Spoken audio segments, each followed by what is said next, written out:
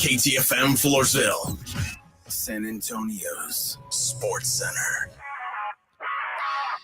Well, the Cowboys snapped their two-game losing streak with that 20-15 win over the New York Giants last night, but it came with a price. Reports out of Dallas suggest defensive end DeMarcus Lawrence will miss several weeks with a foot injury, and Micah Parsons suffered a high ankle sprain. Calvin Watkins of the Dallas Morning News says he could be out 2 to 4 weeks. Well, Sunday, the Houston Texans welcome the Jacksonville Jaguars. Kickoff set for noon. Joe Reinagel. That's the third time in 7 seasons the San Antonio Spurs are the NBA champions. Jason Minnix. They go back to big day as Super Bowl champions. Dallas 52, Buffalo 17. It's the Blitz on 94.1 San Antonio's Sports Star. It is the Blitz here on 94.1 San Antonio Sports Star. He's Joe Reinagel. I'm Jason Minnix. A football Friday. A Frito Pie Friday at Alamo Heights. Yes, sir. Oh, the schwanky Frito Pie. Absolutely. And the Cowboys get a win last night on Thursday Night Football. Take it easy. Take it easy. I tell you what, I'm in love with Brandon Aubrey. Even more so than I was before. The guy is fantastic. He knew I needed him to miss that field goal, and he did. Bam. It's amazing how Vegas knows it was 5 points. Uh-huh. And that Aubrey field goal would have had a whole lot of people celebrating. Instead, very few like Reinagel got to actually celebrate and cash a ticket last night. And can Al Michaels stop with the vague Vegas references now that it's legal in most normal states, most states not named Texas? It's so funny with, 10 years ago, 20 years ago, 40 years ago, he and Musburger used to have to always just have those little subtleties in there. We don't need that anymore. Don't need it anymore. It's all good. I mean, my gosh, the NFL's making millions of dollars from gambling sites. So, yeah, there's no reason to do it anymore. But I tell you what, I thought it was a good game. Look, I like those kind of games. A lot of different things happening. But, man, when they lined up to kick that field goal to make it an 8-point game, I'm like, well, okay, I'm just going to have to take this L. And then I could not believe what I watched, the ball sailing wide right. Well, look, he's on my fantasy team, so I was mad at that. Happy with the win. Although I didn't have the stones to put some money on that game. I thought the Cowboys would win by double digits. And I've got a video up on the San Antonio Sports Star Instagram at SA Sports Star. They got to win, but they didn't dominate the way they should have, the way you expected. Sure, credit the defense for getting stops, for holding the Giants to field goals instead of touchdowns.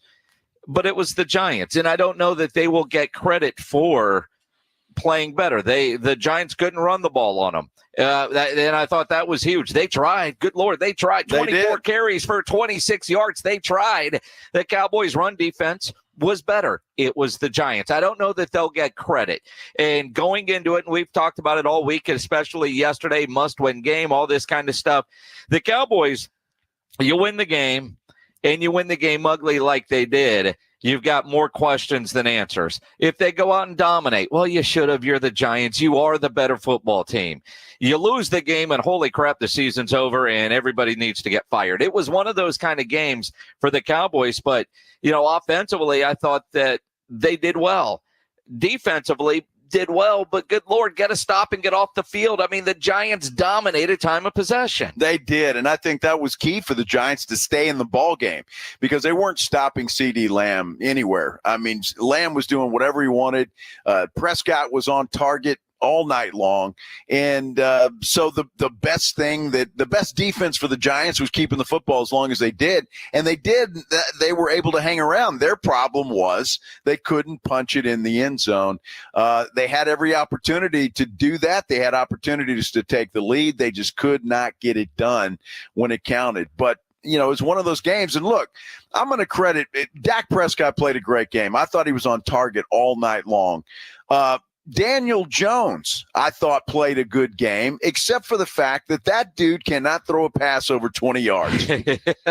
He cannot throw a long ball. It's the damnedest thing I've ever seen. It really is, and you're not wrong. I mean, Daniel Jones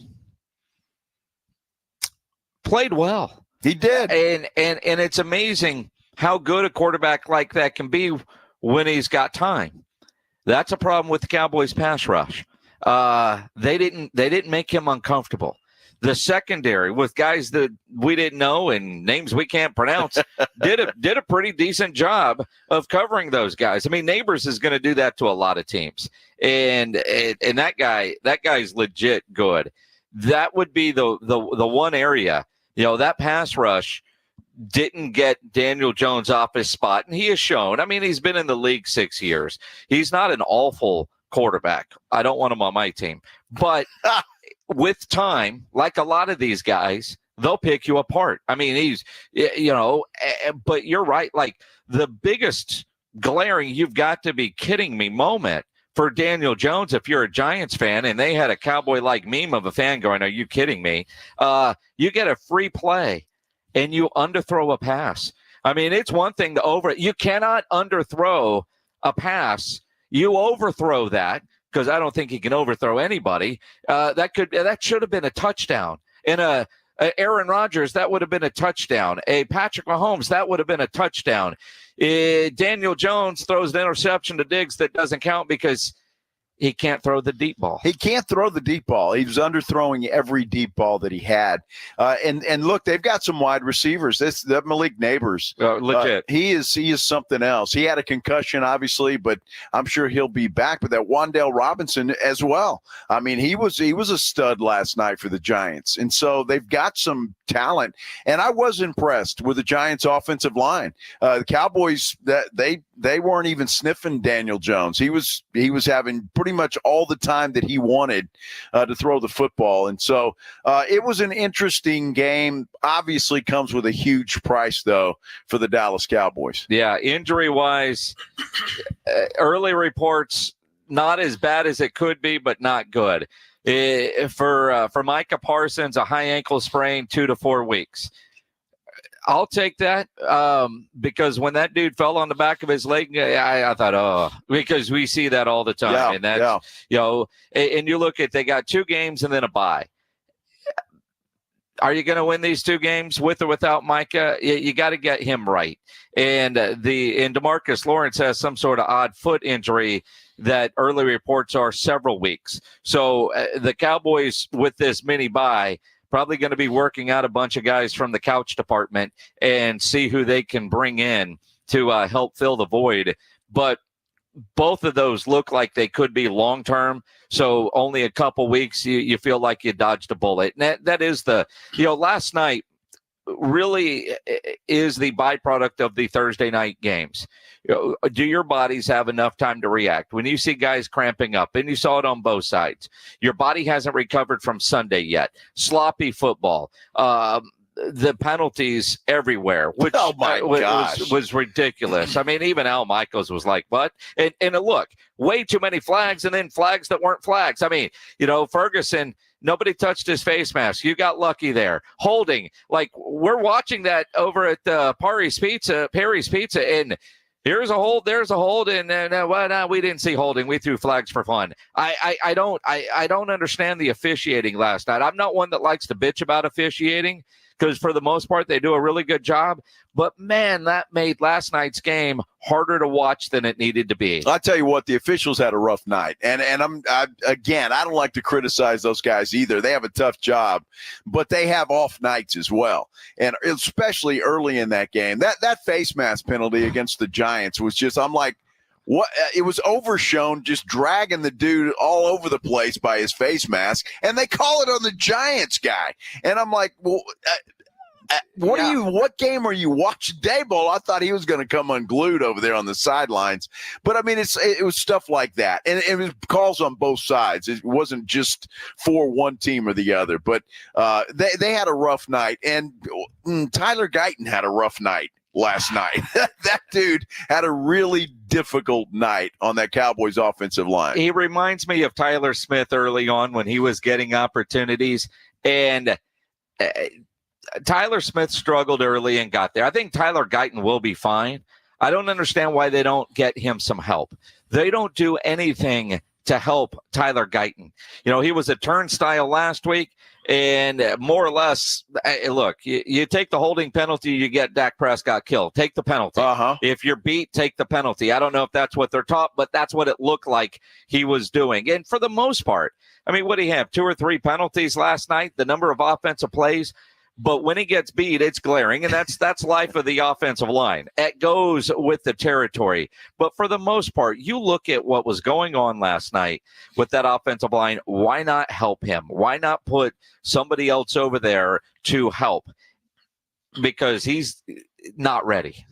Number 1 draft pick, man. He's got to be ready. He has to be ready. I mean, Tyler Smith was ready when he came into the league as a number 1 draft pick, and I think. But he struggled a little early. Sure, but you got to play guard because they had Tyron Smith. Well, that's true too. So I mean, that's a difficult position anyway on that offensive line. But still, he's got to get better, and he's got to get better in a hurry, or they're going to come up against a team like the Pittsburgh Steelers who are going to get Dak Prescott killed. Yeah, that's it. You got the win last night. It wasn't pretty, but it is a win. 2-2, a whole lot better than 1-3. Yeah, you got a road win against an NFC East opponent. How were they feeling about it after the game? We'll hear from QB1 coming up here on the Blitz on 94.1 San Antonio Sports Star. Dallas Cowboys head coach Mike McCarthy goes one-on-one and has some fun with the morning huddles. AJ and Rob, Friday mornings. Now, you don't got a contract. You got nothing to lose. Is a 70-yard field goal in the offing soon? Will we see that this year? Depends on the win this week. Mike McCarthy's unfiltered look at the Cowboys' upcoming game. Friday mornings at 6:45 and 9. Presented by AA Best Bail Bonds on 94.1 San Antonio Sports Star. Has a loved one died and left you an old car to sell? GiveMeTheVin.com has just launched the new service GMTVCC.com. Write this down, GMTVCC.com, which is Give Me the VIN classic and collector car buying service. GMTVCC.com will hook you up with GMTVCC Pro buyers that will appraise and offer on that 69 Chevelle, old Corvette, old truck, and especially Restamods. We love Restamods at GMTVCC.com. Don't mess with consignments or auctions. Get paid today on your classic or collector car at GMTVCC.com.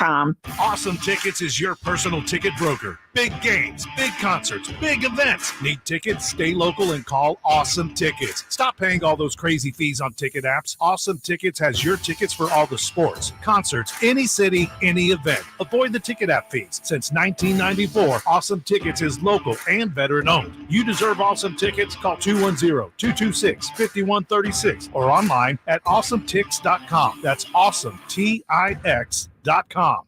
With a true Vegas feel, the Big Blind is the premier poker room in San Antonio, featuring an upscale environment catering to players from all abilities. From high-octane tournaments or lively cash games, the Big Blind has a game for everyone, including blackjack tournaments. From the owners of the Roo Pub and the Angry Elephant, the Big Blind is locally owned and operated, offering daily cash games to daily, weekly, and monthly tournaments. Learn more online at thebigblindsa.com. The Big Blind at 281 and Redland Road.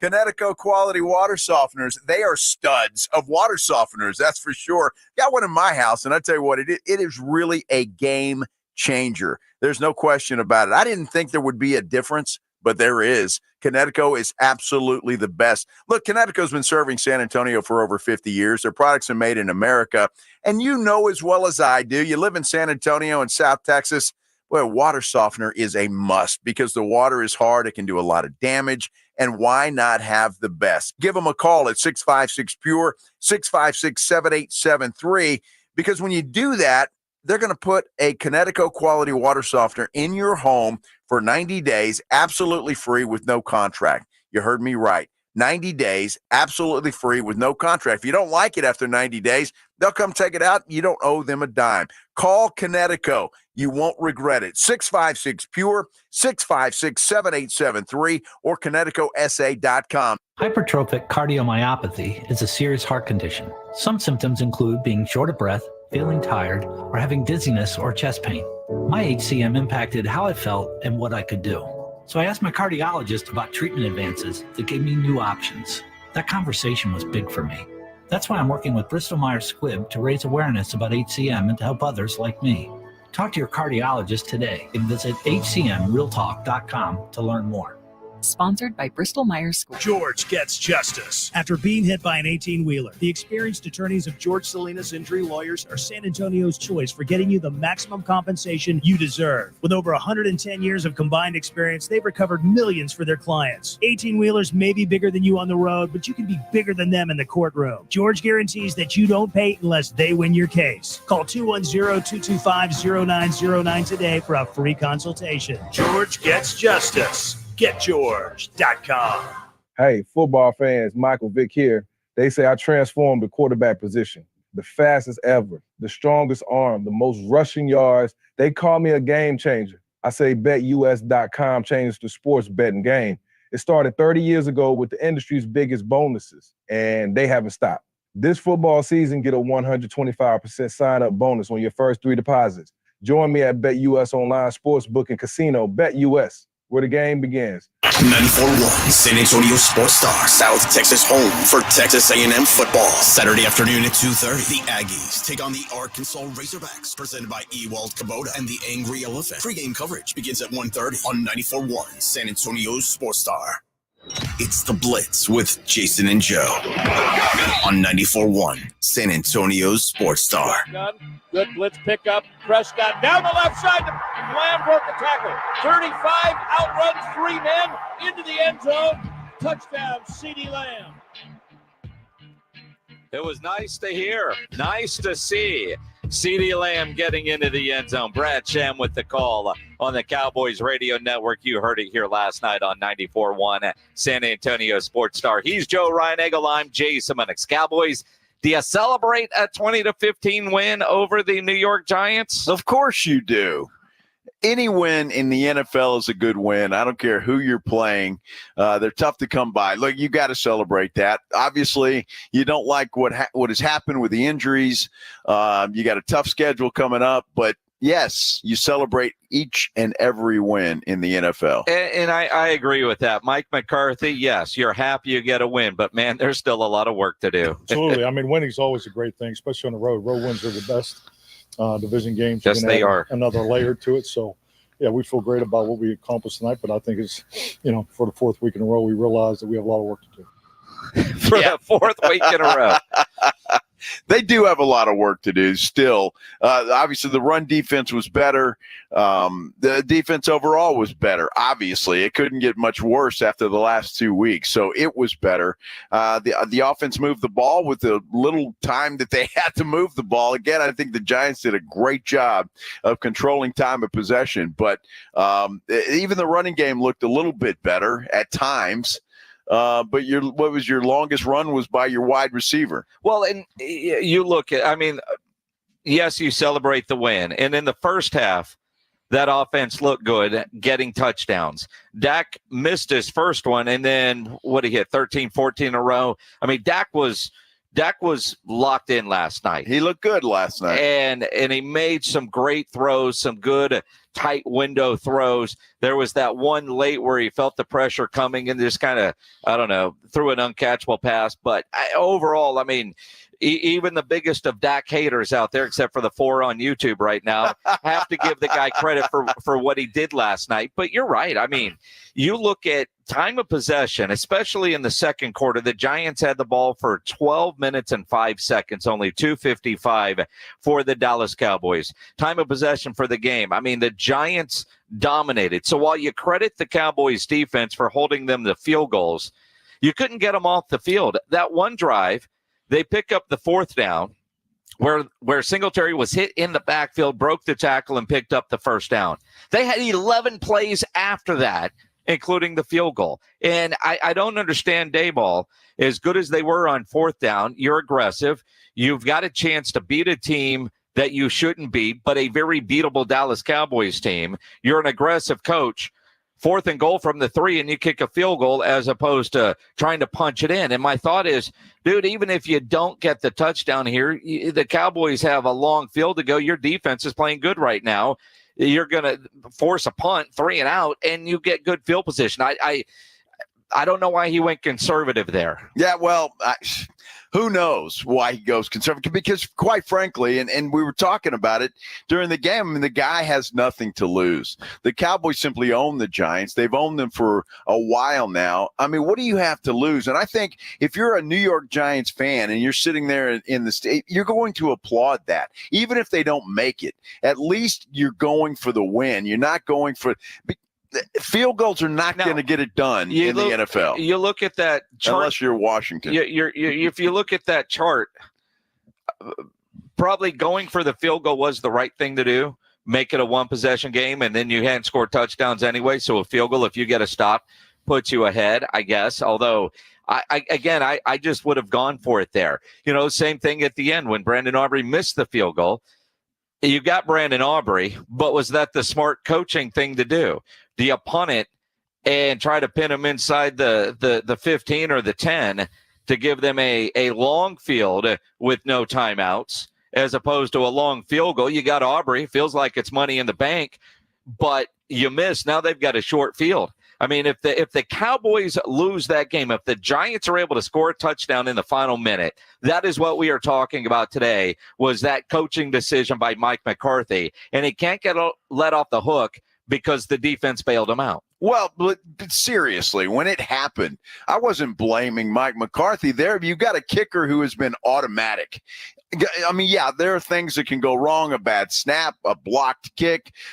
He missed it, and you give the Giants field position. But still, I don't blame McCarthy in that situation for going for the field goal there. I really don't, because Aubrey has been automatic. And the fact that he missed it, I mean, I think that shocked everybody in the world watching that game, that he actually missed that kick. It certainly shocked me. I was very happy he missed it. But at the same time, I was shocked. I was absolutely shocked, and I think everybody else was. So I'm not going to give McCarthy that big of a hard time for that particular decision. He did give the Giants the ball in their own 40-yard line, and they couldn't do anything with it. So it worked out for the Cowboys. They got the win. Ugly win, but it is a win. And now they just got to heal up and get ready for what's going to be a very tough schedule moving forward. Yeah, but you still got to figure out what the Cowboys did last night. And what they did last night, I know they took the opening possession, went 3 and out, and punted the ball right away.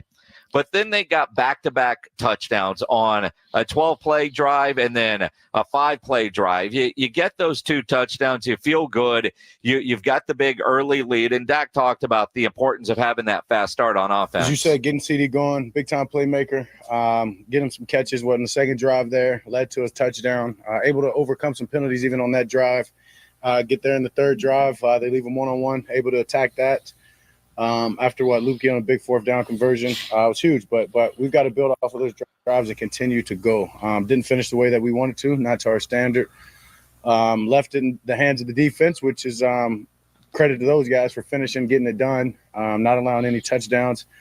But we're an offense that can finish better and score more touchdowns than we did tonight. So we've got to look at ourselves in the mirror and go get that done. And he's right. They're going to have to score more touchdowns. They got into the end zone. That was the thing. But again, if you're nitpicking the Cowboys last night, the only weapons Dak has is Jake Ferguson and CD Lamb. Yep. That's it. He has nobody else. Now, Hunter Luepke is turning into a pretty good bailout guy. I wish they would run him a little more often, quite frankly. I don't think he could do any worse. But in all sincerity, you got 2 guys that Dak looks to. I don't know. Brandon Cooks has been a no-show. He had 1 catch last night. That was a good one. It was a big gainer, but Jalen Tolbert, 3 catches last night for minimal yards, and that's going to be a problem moving forward. I don't know what to make of Brandon Cooks, because he got off to a slow start last year and then came on strong. This year he's off to a slow start, but he's not open. And Dak is trying to, dare I say, force some very tight window throws in there, passes that are hitting him in the area where you think you would catch it, like both his hands or getting in on his arms. But, he's so well covered. I don't know if it's routes, but that's never been an issue with Brandon Cooks. He's always been known as a solid route runner. He had that one last week in the end zone that he couldn't haul in. Would have been a difficult catch, but one that you expect Brandon Cooks to make. And 4 targets, 1 catch. I wonder if Dak has lost trust in him, just completely sees he's not there. Watching this morning on Get Up, they were, all right, look, Dak, his eyes, his progressions, just how good he was, like, not there. And every time it was not there, that first or second look was Brandon Cooks, then he was going somewhere else. And I don't know if that's a Brandon Cooks issue or an offense issue, but I need more out of Brandon Cooks. Jalen Tolbert, I don't think he's a good route runner yet. But he's coming on, and you're right. I mean, yesterday was the CD game, and they seem to force some things to CD, some passes like, all right, you say you're open, even though you don't look open, go get it. And CD did. Ferguson plays well. And you got to give Rico Dowdle some credit because I do. You do. Look, 11 carries, 46 yards, 4-yard average.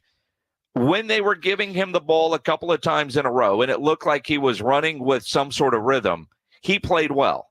The fact, we were still, because we watched the first half together, and then halftime we all bolted to get home in time for the second half. The fact that Zeke didn't see the field till the third or fourth series tells you everything you need to know about Zeke. Zeke had some nice runs last night. Zeke has essentially become a goal line guy. We all thought, all right, Zeke is the starter just because pride. He'll always be out there on that first series. No. If we don't see Dalvin Cook next week, I don't know what to think of Dalvin Cook unless he's just that out of shape. I don't think that's the case. I'll be shocked if we don't see him because Zeke is going to be there, obviously, but you didn't see Deuce Vaughn last night either. Look, the only thing I would say, if you're going to commit to the run game, commit to the run game. This is a pass-happy offense. It is. There's no question about it. It's a pass-happy offense. They don't commit to the run game. And again, part of that last night is not because you were behind. You just didn't have the football all that much. No, but I mean, when you look at it, now granted, you did run the ball 3 times with CeeDee Lamb.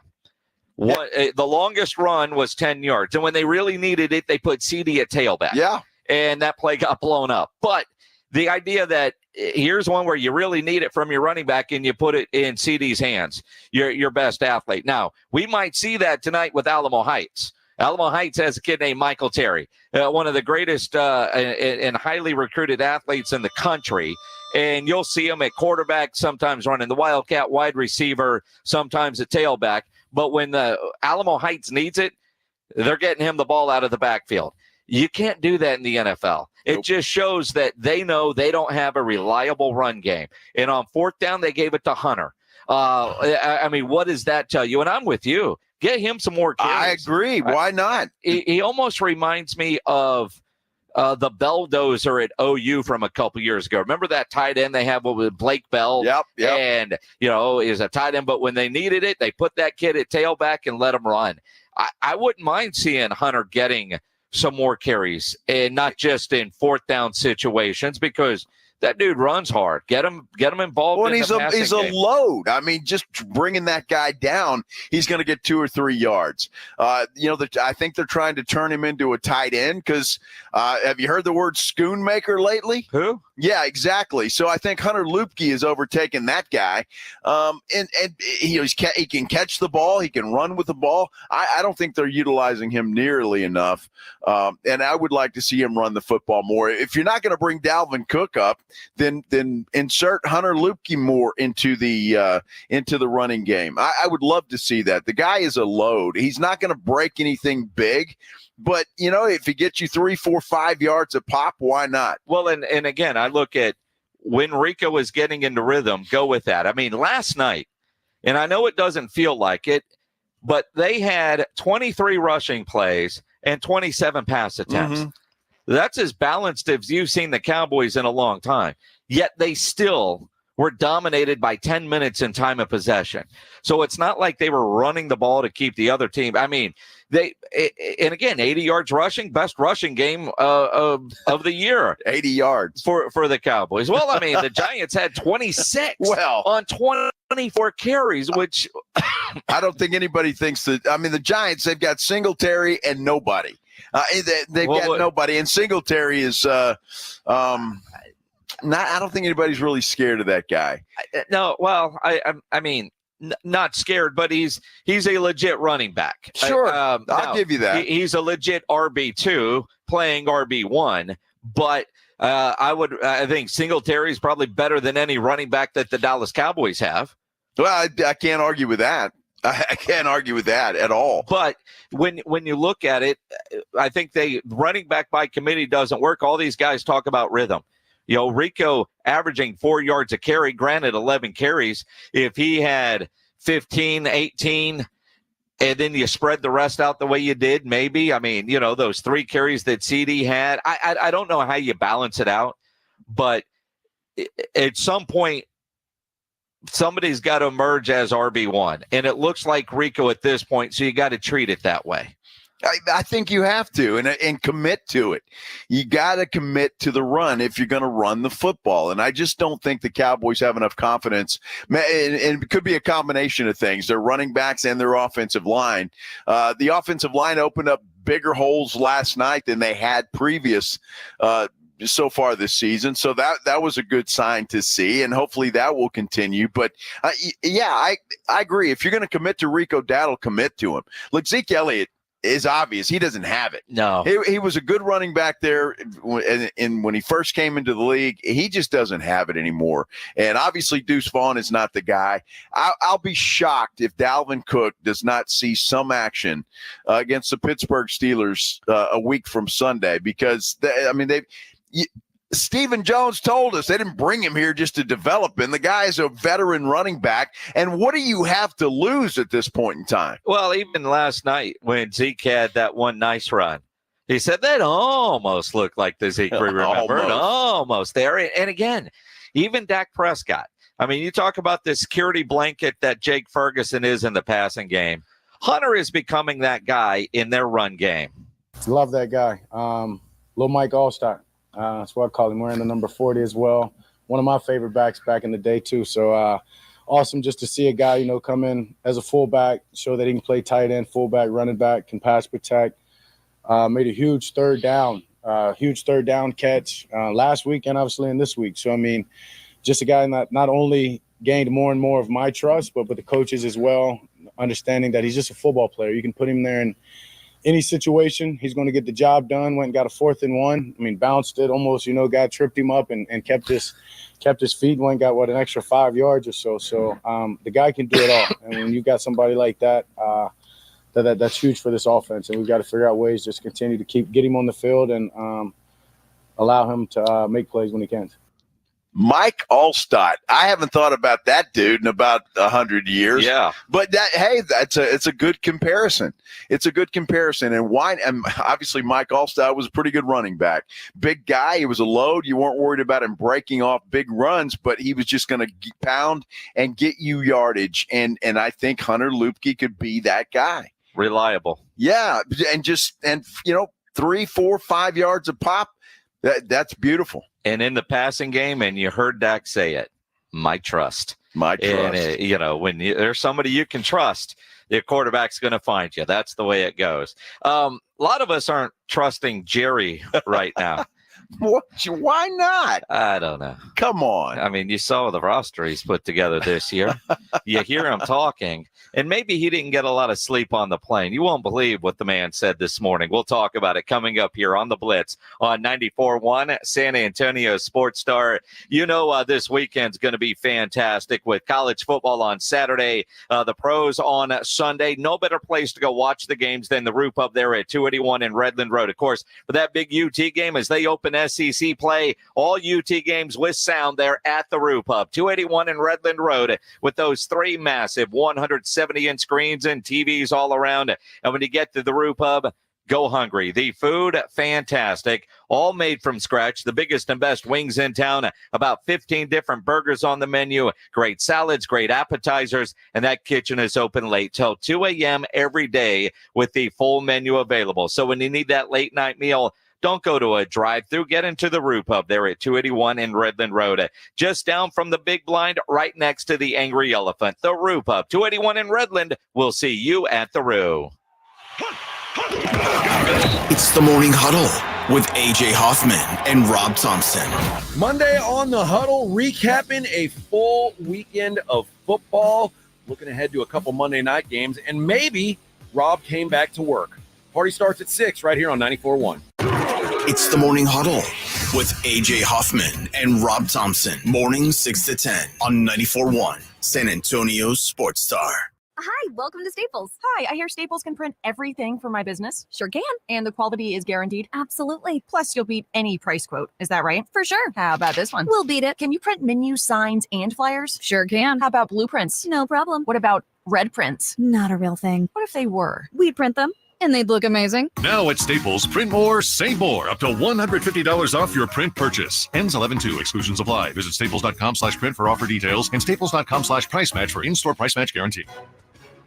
Hi, everyone. If you've been injured in an accident that wasn't your fault, we have legal professionals standing by to answer your questions. They'll tell you if you have a case and how much it's potentially worth. Call 800-205-5350. So if you've been injured in an accident and think you deserve compensation, call now. Find out if you have a case and how much it's potentially worth. Call 800-205-5350 to speak with a live person now. Advertisement sponsored by Legal Help Center. May not be available in all states. $5,000. That's the average amount of money people in the U.S. are now spending on gas in a year. $5,000. That's crazy. If you drive, you have to download Upside, the free app that gives you cash back every time you get gas. That's right. You can earn real cash back with Upside just by buying the gas you're already buying. You can literally start earning cash back today. I use Upside every time I fill up, and I've already made around $200-$300. You're putting gas in your car anyway. Why not get real cash back? If you like free money, download Upside. I'm saving the cash I earn from using Upside to help pay for a vacation later this year. Download the free Upside app now to earn cash back every time you buy gas. Use promo code MOVE to get an extra 25 cents per gallon on your first tank. You can cash out anytime right to your bank, PayPal, or a gift card for Amazon and other brands. Just download the free Upside app and use promo code MOVE for a 25 cents per gallon bonus on your first tank. That's code MOVE for a 25 cents per gallon bonus.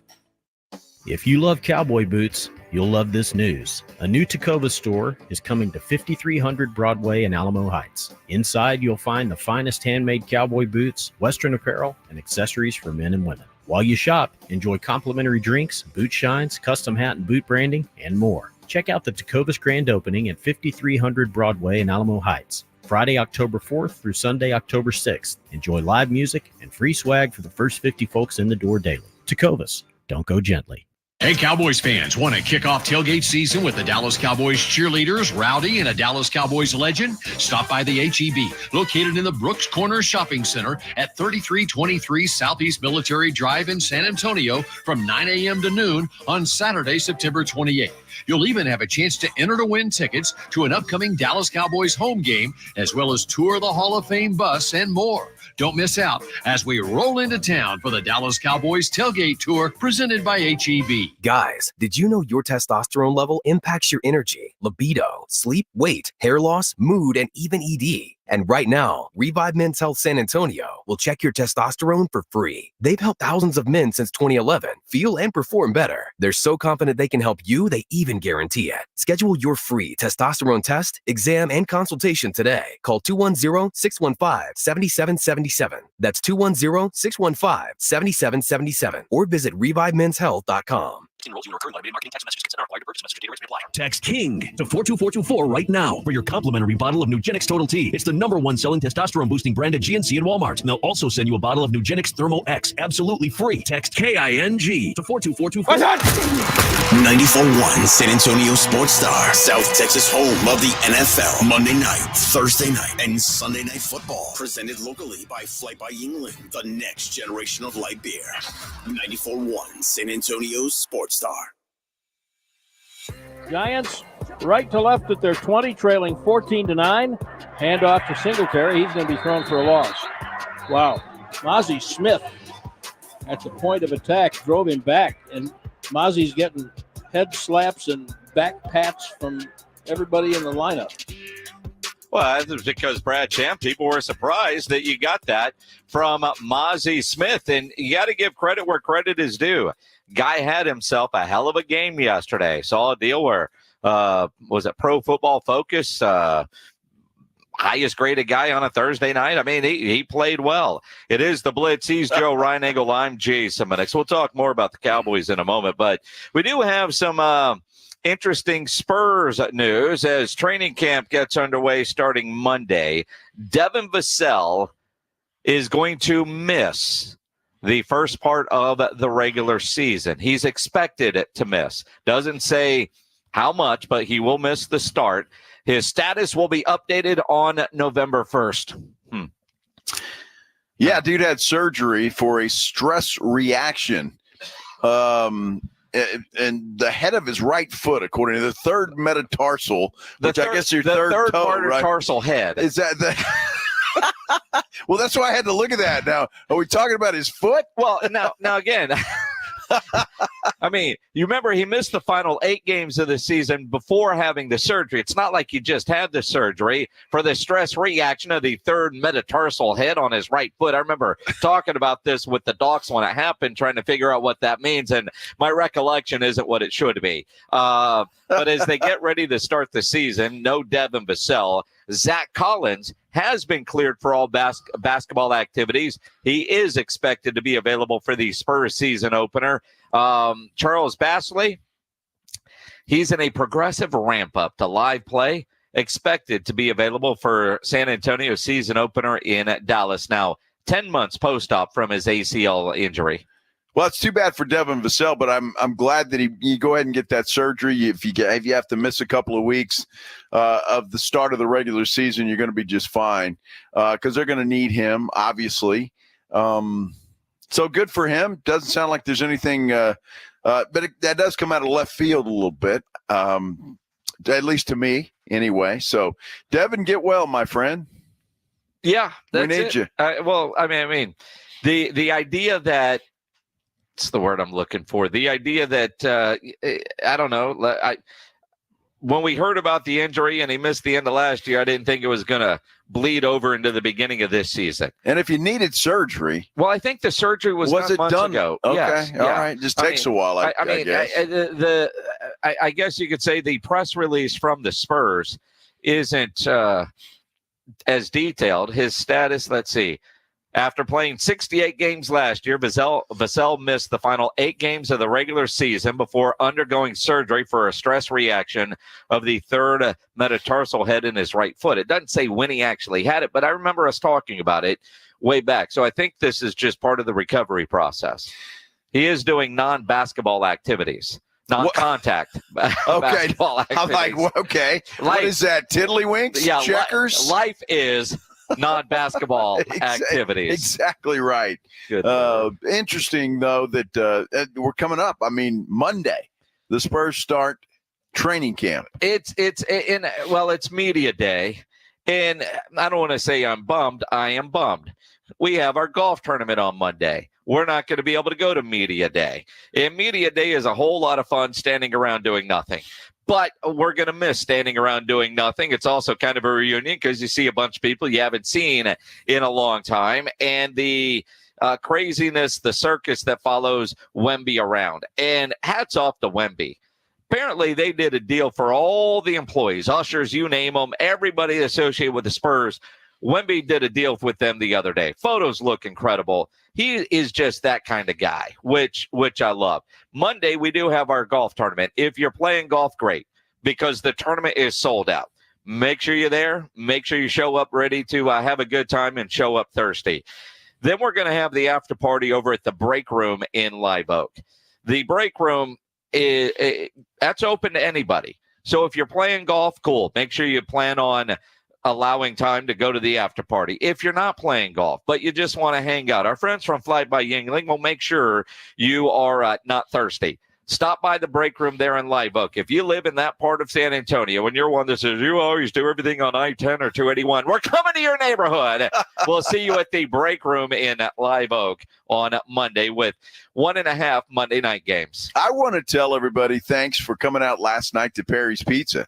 Now, we had a packed house pretty much the entire time we were on the air, and then everybody watching the game and having a good time. And thanks to Flight by Yingling for providing the refreshments for as long as they did. That was nice of them. We appreciate that. But we had a lot of folks come out last night that listen to the show. So we really appreciate you guys coming out last night. It was a lot of fun. And come out Monday, the break room in Live Oak. It'll be our first time doing a show from there. Yeah. It's a great spot. Now, that building has been all kinds of things through the years, but they have remodeled it. It looks fantastic in there. They've been open about 4 months now. So it's fairly new. So it's not the same as it was if you think, I'm not going there again.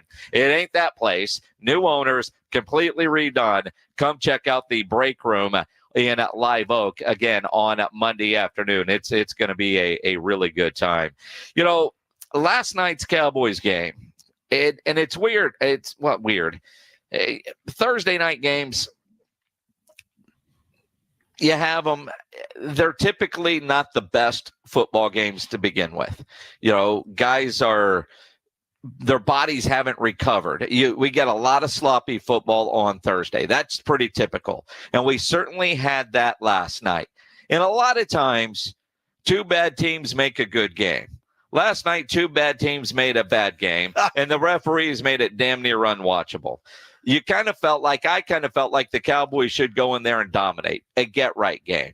They didn't, which tells me the Cowboys aren't close to being as good as any of us thought they were going to be. Now, my expectations this year aren't high to begin with, but better than what we have seen over the first 4 football games.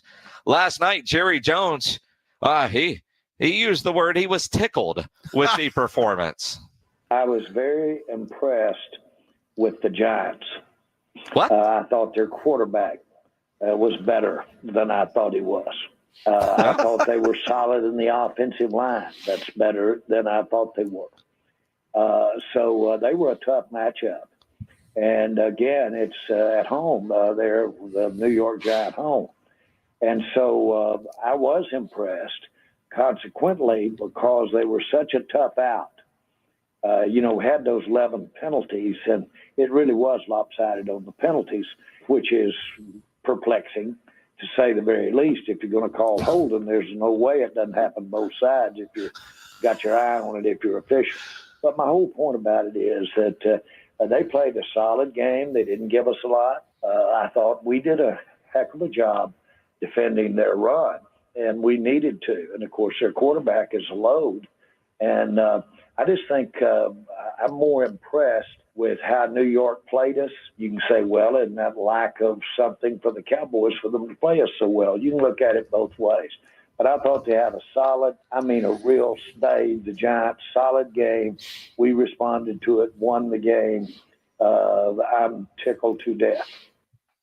Tickled to death. Woo. Not just tickled. He's tickled to death. I hope he doesn't get fined there for criticizing the officials. I don't think he gives a damn because they were that bad last night. Yeah, but it wasn't against the Cowboys necessarily. I thought there were bad calls both ways.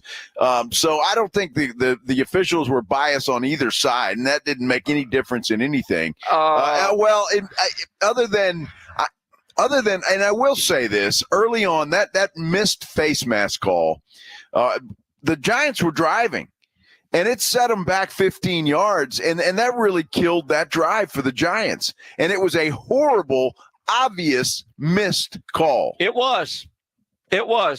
But I want you to know, what you watched and what is real are two different things. Cowboys last night on accepted penalties. 11 penalties for 89 yards. Tyler Guyton had about 10 of those, didn't he? Or 3. Two. The New York Giants were penalized last night 4 times for 35 yards, and one of those should have gone against the Dallas Cowboys. The way. So, yes, it was skewed like they were throwing the flags. But one of the things is I hate bitching about officials because I know it's a thankless, tough job. And for the most part, they do well. It's like Tyler Guyton. How many offensive snaps did the Cowboys have last night? He had 3 or 4 really bad plays. And those are the ones we focus on, not the good plays. But when you're watching a game, and I had an official tell me this one time, and since he told me that, I do watch this. You might think that official is so wrong. But and every official is watching different zones, and those zones do overlap. If you see multiple flags on the same play, it was a penalty because more than one guy saw it. And last night, you saw lots of guys, lots of those penalties. There were multiple flags, a lot of laundry that were thrown. And then you see it and you go, on the replay, I'm not sure if that was a penalty, but there were multiple flags thrown. So something was seen, like that touchdown. There were multiple flags for holding, and he could have got 87, he could have got 73, and they were, we didn't see holding here. Let's wave it off. Touchdown is good. I couldn't believe it. Yeah, it's unbelievable. Al Michaels called it Flag Day at one point in time. That it was Flag Day. He was really frustrated with that. I was too, because it's especially in the first half. It seemed like just about every play there was a penalty called. But to miss some calls, and they did. That face mask was just awful. I honestly, and I have the utmost respect for officials. We can tell. Everybody, no, I do. But how in the hell do professional referees miss that kind of a call that was just blatantly obvious? It just baffles me. What baffles me, because I don't know how you miss that. In all reality, no different than a couple of weeks ago against New Orleans early on in that game when Rico damn near had his head taken off with a face mask and there was no call there. Yes. All right. Isn't that what the sky judge is supposed to do? I mean, why can't on something blatant and obvious, not a holding call, even though those can be blatant and obvious, but when you miss something like that, and one replay, the world knows those refs got it wrong. Why can't that sky judge buzz down and say, you called that face mask on the wrong team? Why can't they say, you missed a face mask there? That should be called. That's what the sky judge should be able to fix that. Yeah. For the NFL, for all of us within seconds to know those refs got it wrong, the NFL should be able to fix that. You know what? Yeah, we got that one wrong. We can fix it on the spot. That is what a sky judge should be able to do. And it was so blatantly wrong that the Giants should have gotten 15 yards. Instead, they were penalized 15 yards. I mean, that's a 30-yard difference. And it's just so blatantly wrong that it screwed the Giants at that point in time. And it's something that they cannot challenge. Yeah. And that's I mean, you go and you look at some of the spring leagues. They can challenge anything. All right. Or at least, what is it? One play a game. All right. You've got one super challenge you could. But that stuff like that should be easily fixed by the National Football League, but they don't. And I think that's what drives more of us nuts. You know, if you're the Giants, when you're watching film today, you are sick. You're sending that to the league office and you'll get the apology note. Of course. But what good does that do you? It doesn't. Because, I don't know if it changes the outcome of the game. It was early in the game, but the Giants were driving at that point in time. And maybe it means the difference between a field goal and a touchdown. The Rico touchdown. I mean, if that were on the streets, Jake Ferguson would have been arrested. Yeah. I mean, and again, you threw the flag because he was holding, and then I don't know if that was holding. No. I mean, that one replay, oh my goodness, I can't believe he got away with that one. He did. And if they didn't get 87, they could have got 73. Tyler Smith, he was also holding. Either way, they on could that have. play. And there were multiple flags on that play. Yes. It wasn't just one. So, look, I have no problem. And again, this happened to me a long time ago.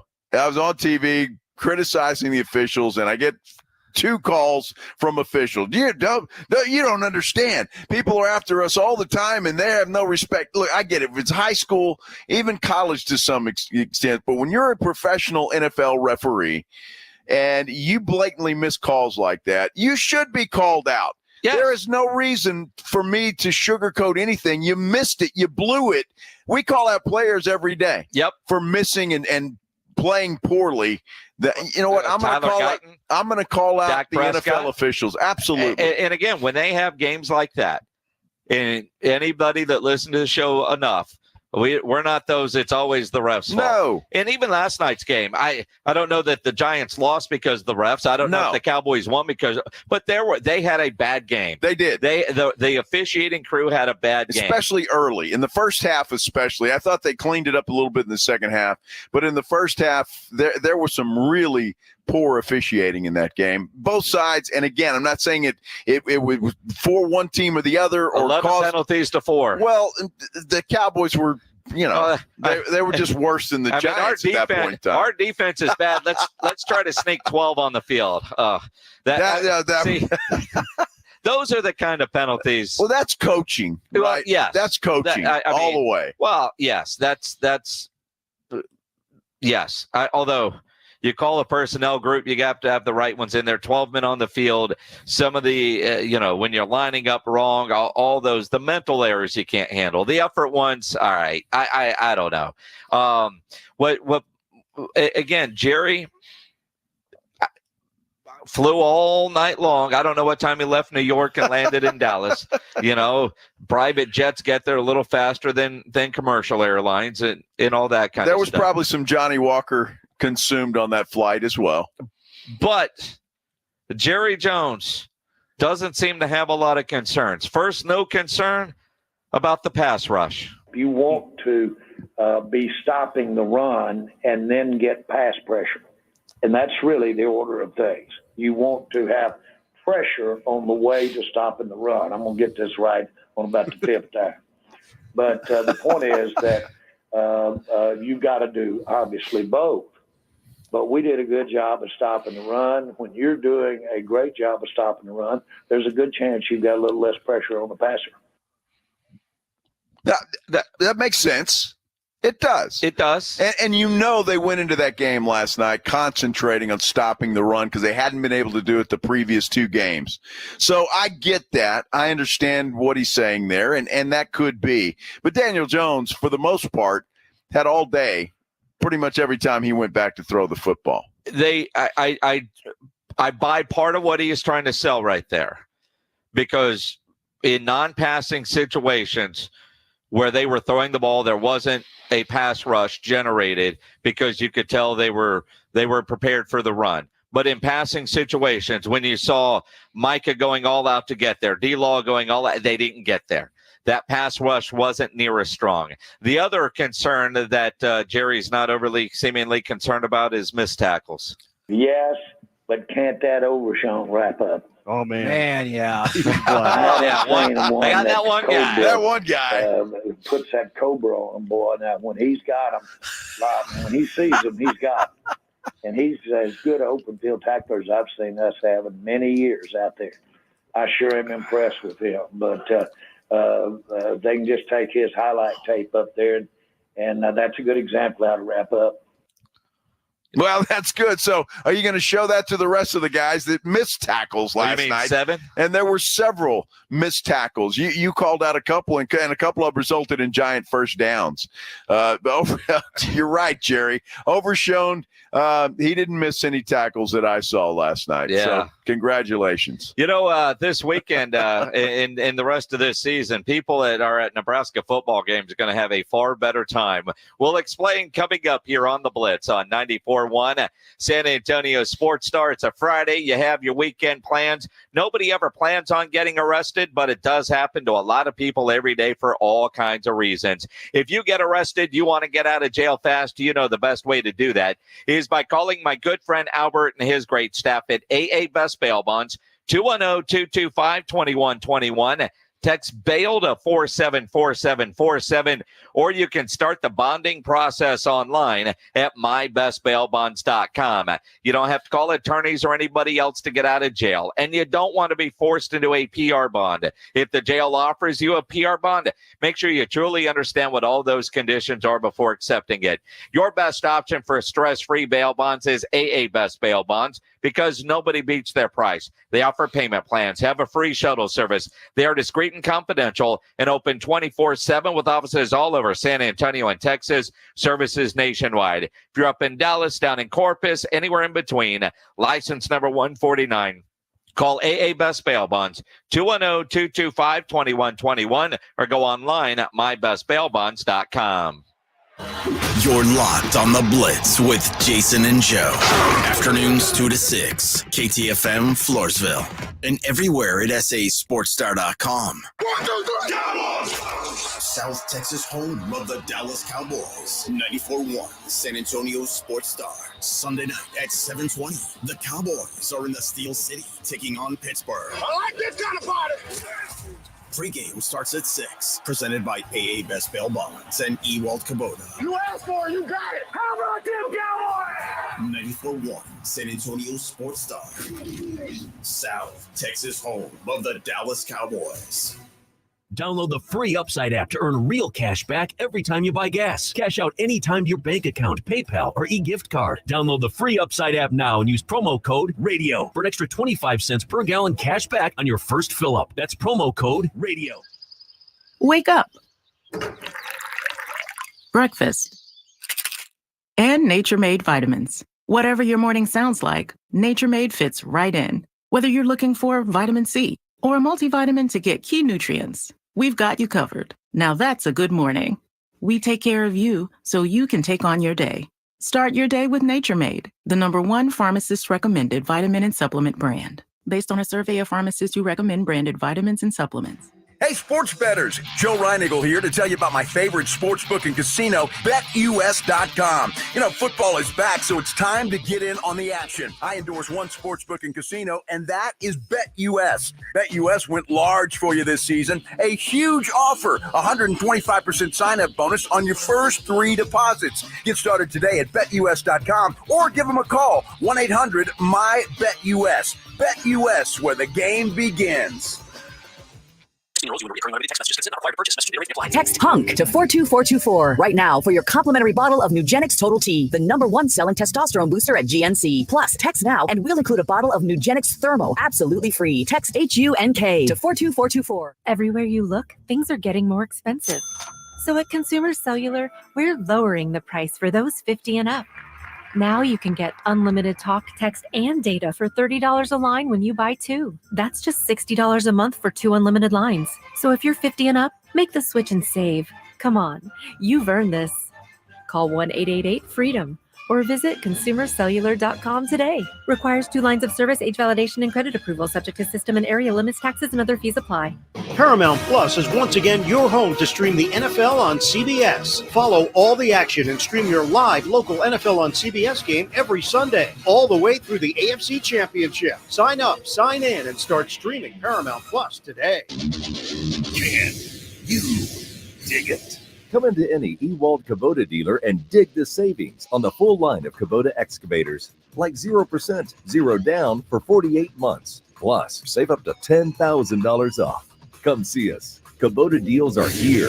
Kubota deals are now. Now through September 30th. See us or go to KubotaUSA.com for full disclaimer. From the Gulf of Mexico to the hill country of Texas, Ewald Kubota is your Kubota dealer. With a true Vegas feel, the Big Blind is the premier poker room in San Antonio, featuring an upscale environment catering to players from all abilities. From high-octane tournaments or lively cash games, the Big Blind has a game for everyone, including blackjack tournaments. From the owners of the Roo Pub and the Angry Elephant, the Big Blind is locally owned and operated, offering daily cash games to daily, weekly, and monthly tournaments. Learn more online at thebigblindsa.com. The Big Blind at 281 and Redland Road. Right now at Wendy's, you can get a small Frosty for $1, and literally everyone is going. The car behind you, going to get a $1 Frosty. The car ahead of you, already had one, going for a second. The person who cut you off earlier, you guessed it, $1 Frosty. Maybe it's all a sign for you to go get one. Just don't cut anyone off. No one likes that person. The iconic Frosty for $1? Gotta be Wendy's. Limited time only at participating U.S. Wendy's. Not valid in a combo. Prices may be higher in Alaska, Hawaii, California, and via third-party delivery. San Antonio Sports Stars 50K Pro Football Pick'em giveaway is back. Head to SASportsStar.com and pick the winners of each pro football game every week to earn points for each correct pick. Highest points each week wins a $25 gift card to Mellow Mushroom. Highest points overall scores $1,000 worth of tickets from A Awesome Tickets. Pick the winning ticket of every regular season game. Win the grand prize, $50,000. This is an audience national contest across multiple markets. The 50K Pro Football Giveaway. Register and win at SASportsStar.com. San Antonio's Sports Center. Well, the Spurs today announced that Devin Vassell is expected to miss the start of the regular season after undergoing surgery for a stress reaction on his foot. His status will be updated on November 1st. The Dallas Cowboys won last night, but they lose a couple of guys. DeMarcus Lawrence going to miss several weeks, we're told, with a foot injury. Micah Parsons, high ankle sprain, and, well, reports out of Dallas say he could miss 2 to 4 weeks. SportsCenter is brought to you by Buyers Barricades, the Texas Authority in Barricade Rental. BuyersBarricades.com. Joe Reinagel. That's the third time in 7 seasons. The San Antonio Spurs are the NBA champions. Jason Minnix. They go back to big day as Super Bowl champions. Dallas 52, Buffalo 17. It's the Blitz on 94.1 San Antonio's Sports Star. It is the Blitz here on 94.1 San Antonio Sports Star. He's Joe Reinagel. I'm Jason Minnix on this Football Friday. Speaking of football, we're watching a nice football game. Display of football, the soccer version. The Alamo Heights girls down there in a practice session playing a little soccer. Yeah.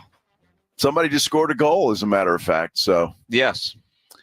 That's a fantastic analysis you have there, sir. Well, I think it's kind of nice that we get to watch a football game before the football game tonight. Yes. It's awesome. Uh-huh.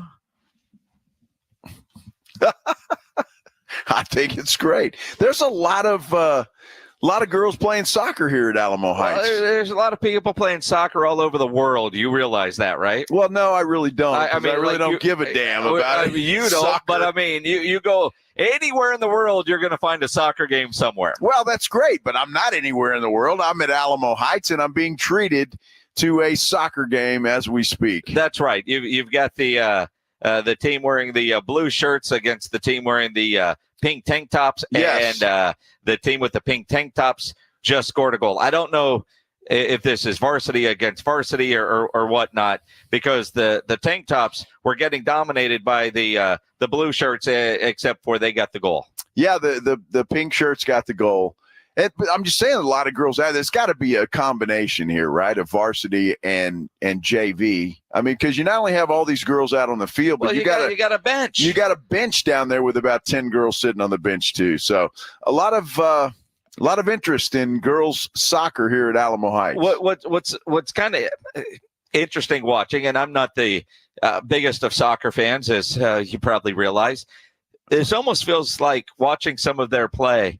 When you're playing the game at the bar or at somebody's game room, where you're spinning around and the ball's here and then you miss, and then it's going back that way, and I mean, it's cross country with the ball. I will give them credit, and all soccer players, not just what we're watching here today.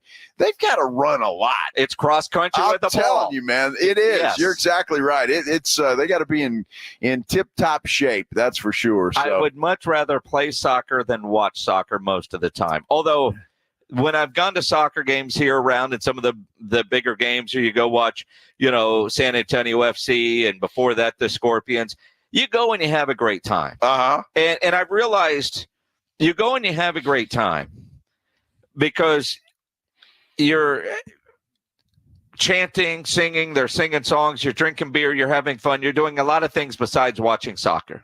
The only thing you're doing that you just listed there is drinking beer. You're not singing. You're not chanting. You're not doing any of that stuff. No. In that end zone and the Crocketeers, and there's another supporter group, and they've got these big drums, and they let you pound on the drums, and you're having fun. And no, you're right. I'm not singing. I don't know the words to their song. They try to teach you, but it's a fun atmosphere. Well, yeah, you're not just sitting there watching soccer. And I'm just curious. You probably not, 2 minutes, 5 minutes maybe? Of what? Of the game itself? Oh, I don't know. That might be a little extreme. I mean, really, when they're coming at you, you pay attention. Yeah. When they're over yonder, unless there's a goal about to be scored, maybe not. You beer. Always kind of have an eye on the game. Sure. But I got you. I got you. It's there. Uh-huh. I got ruined. My first radio job in New Braunfels, Texas. Yep. Which we, both worked there. Yeah. I was sent out to cover a New Braunfels high school soccer game. Yep. And the final score was 0-0. And I said, well, what the hell am I supposed to say about this? I mean, it was nothing. You had to cover the soccer game? I had to cover the soccer game. And come up with a story on a scoreless game? Yes. That's easy.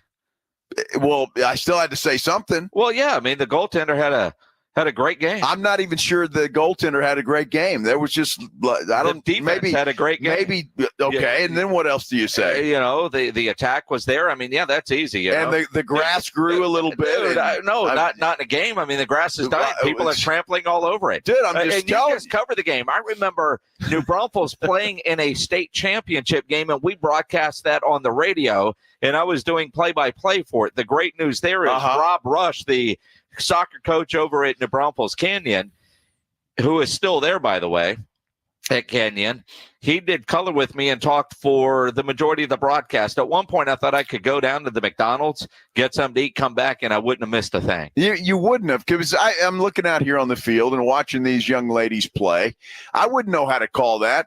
That girl's running down there. She passes it. There's a steal, and I mean, it's just like all over the place. Oh, you learn some lingo. I mean, I guess because I've done a couple of TV games for the San Antonio Scorpions back when Gordon Hartman still had it. And again, you get a good, you learn a couple of pieces of lingo, and you have a good analyst that understands the game. Like Katie Goodman could tell you all about everything that's going on right now and make it make sense. She could do that, yes. And there are people that do, and no disrespect. None taken. Nobody out there is being feeling slighted with your soccer analysis here, Joe Reinagel. Corwin Taylor on YouTube says, and he's teaching me, I look at this as constructive criticism, Corwin. Yes. It's about the chances created, not only the goals scored. Well, that's it. I mean, because scoring chances help you in a 0-0 game. But that's what you would. They had opportunities. That's what it was. They had some scoring opportunities. So that would have been a penalty. That would have been a great report in the midst of a thunderstorm when I get about 20 seconds of sports time. Yes. Yeah, that would have been excellent. I have a great you could say 0-0 or scoreless draw. Oh. Yes. I like 0-0. I know you. I like the way that sounds. Yes. 0-0. But right here, she passes it over. There's a one-touch pass into the seam, and she's got a breakaway in and a chance at a left-footed shot and misses it just wide. Wow. I'm impressed. I'm impressed. Yeah. She, and then she. We don't have a roster. They're not wearing numbers. But you had the one-touch pass into the seam Minnix. And the left-footed shot. I expect you to know each one of these girls' names. Let's go. Their parents are listening. Well, it's Alamo Heights, so what are some good country club names? That's I don't know. So we know there had to be a Casey. What are your kids' names? Casey. I got a Julie. Yeah, Julie. I got an Angela. An Angela. We got a Kayla. I got a Kayla. That's a good country club name. So, and a Cassidy. Yeah. So yes, Cassidy to Casey to Kayla, who missed it just wide. There you go. Well done. Wow, that was a hell of a kick. It was just way off. Way off. That was from Samantha. That's another good country club name. Caroline. What's a Dirty Dancing movie? You remember that one? Baby? What country club you're going to, sir? I have no idea. We're talking about high school girls here, man. But that was we don't need to go dirty dancing. That was the girl's name, Baby. Nobody puts Baby in a corner. Let's do the headline blitz before we get in trouble. This is Jason and Joe's Headline Blitz. Two guys, two opinions, never enough time. I did check the date on this story, and it is accurate from today. Nebraska will now serve alcohol at college football games. So that's assuming that they haven't. Well, they haven't. They haven't. Well, those people are drinking anyway. Most college games, before they started selling beer, people would fill up the flask. Well, that's it. And you tailgate, and you're getting hammered in the parking lot. Then you go in. And yeah, you've got the flask, and, and a lot of colleges couldn't sell beer on campuses. I'm surprised Nebraska just welcomed themselves to 2024. I mean, the fact that you can go to UIW and get a beer. It's Nebraska, dude. Nebraska. Yes. Okay. Why are you surprised? If anybody I would have thought would have been on the forefront of, hey, we can sell beer at these, it would be Nebraska. Nebraska. I mean, watching them not play football the last number of years, it's been a while. Tommy Frazier days since they've been good. They've needed to drink and raise money. And I'm sure that they have. Yes. And they realized they're missing out on money, and they started selling beer. And so good for them. And I'm happy that we don't have that issue here in San Antonio because the Alamo Dome sells beer, UIW sells beer, so we're in good shape. And I go to a Trinity game at least once a year. I don't think they sell beer there, but they have beer and coolers in the parking lot. Sure they do. And then you can just carry that up and enjoy it there. Dude, one of the best tailgates I ever went to was a Central Catholic. Oh, well, that's high school. I'm just saying. But you're right. Central Catholic, Antonian, when they play. They do it right. McCollum, Harlandale. Yeah. Oh, my goodness. So that game, yes. Uh-huh. Yeah. Well, good for Nebraska. I'm happy for them. We did a Reagan game last year. They had like 5 Winnebago set up in a parking lot. Holy, that was that's the difference, right? It's Reagan. What do they have here? Do they build houses? Dude, I don't know what they do here at Alamo Heights. I imagine it's good, but yeah, it's probably in somebody's front yard being in the neighborhood.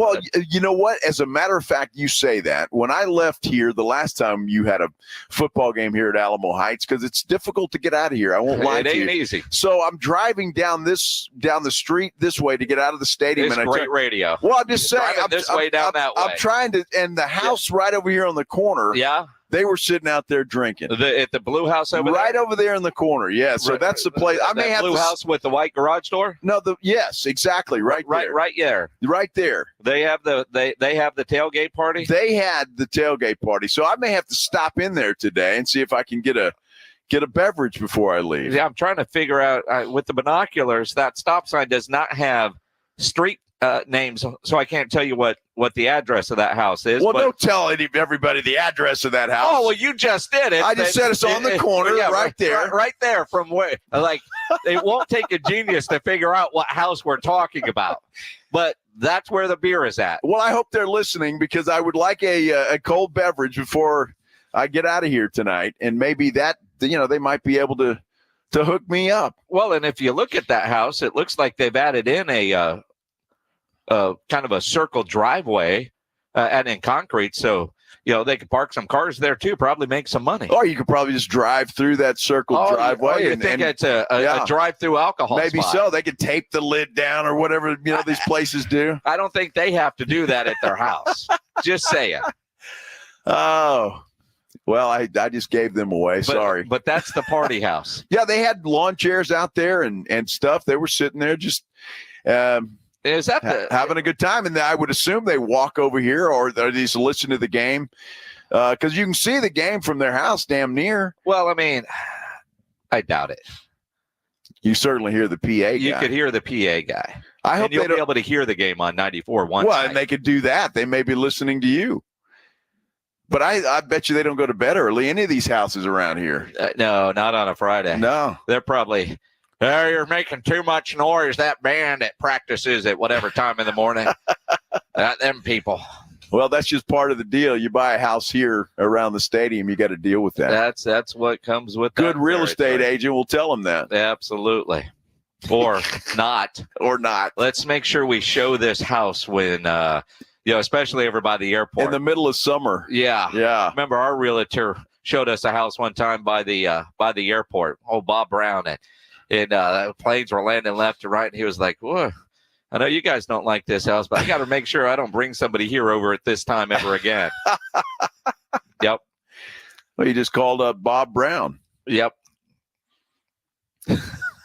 Good old Bob Brown. Good old Bob. Good old Bob. Speaking Brown. of Bob, I wonder if didn't we talk about Bob and Morgan's grandmother?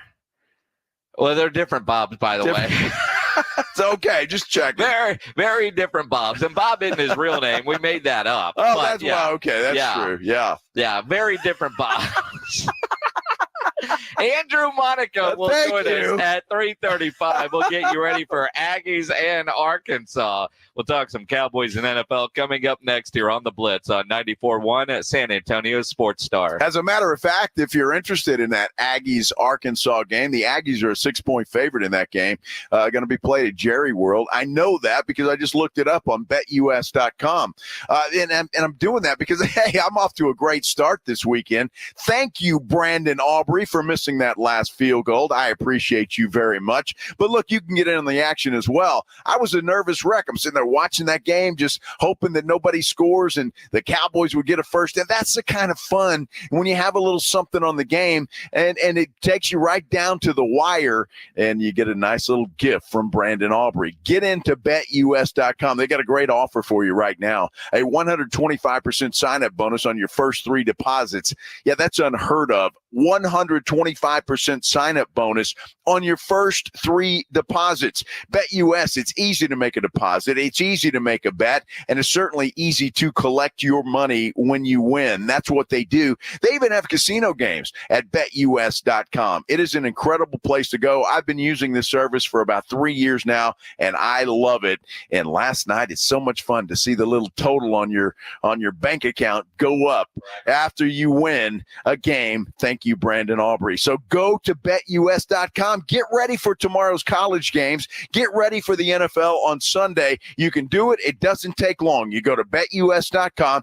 Or if you'd rather talk to a live person, you can do that as well. All you have to do is call them. 1-800-MY-BET-US. That's 1-800-MY-BET-US. BetUS. It's where the game begins. Dallas Cowboys head coach Mike McCarthy goes one-on-one and has some fun with the morning huddles. AJ and Rob, Friday mornings. Now, you don't got a contract. You got nothing to lose. Is a 70-yard field goal in the offing soon? Will we see that this year? Depends on the win this week. Mike McCarthy's unfiltered look at the Cowboys' upcoming game. Friday mornings at 6:45 and 9. Presented by AA Best Bail Bonds on 94.1 San Antonio Sports Star.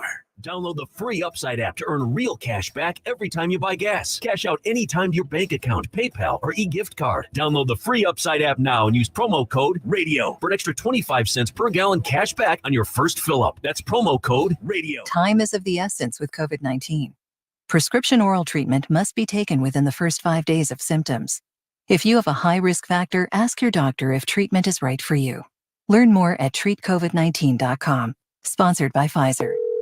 Thanks for calling Discover. This is Diego. Hi, Diego. It's Jennifer Coolidge. I just want to say your cashback match makes me feel so special. It really inspired me. That's great. Doubling the cashback you've earned at the end of your first year is what we do. Well, I'm doubling everything now. Double dating, double dipping, double feature, double header, double whammy. Basically double or nothing. You earn, we match. Discover Cashback Match. See terms at discover.com/creditcard. Hey, Cowboys fans, want to kick off tailgate season with the Dallas Cowboys cheerleaders, Rowdy, and a Dallas Cowboys legend? Stop by the HEB Plus, located at 9238 North Loop 1604 West in Bandera Road in San Antonio from 9 a.m. to noon on Sunday, September 29th. You'll even have a chance to enter to win tickets to an upcoming Dallas Cowboys home game, as well as tour the Hall of Fame bus and more. Don't miss out as we roll into town for the Dallas Cowboys tailgate tour presented by HEB. Awesome Tickets is your personal ticket broker. Big games, big concerts, big events. Need tickets? Stay local and call Awesome Tickets. Stop paying all those crazy fees on ticket apps. Awesome Tickets has your tickets for all the sports, concerts, any city, any event. Avoid the ticket app fees. Since 1994, Awesome Tickets is local and veteran-owned. You deserve Awesome Tickets. Call 210-226-5136 or online at awesometix.com. That's awesome, TIX.com.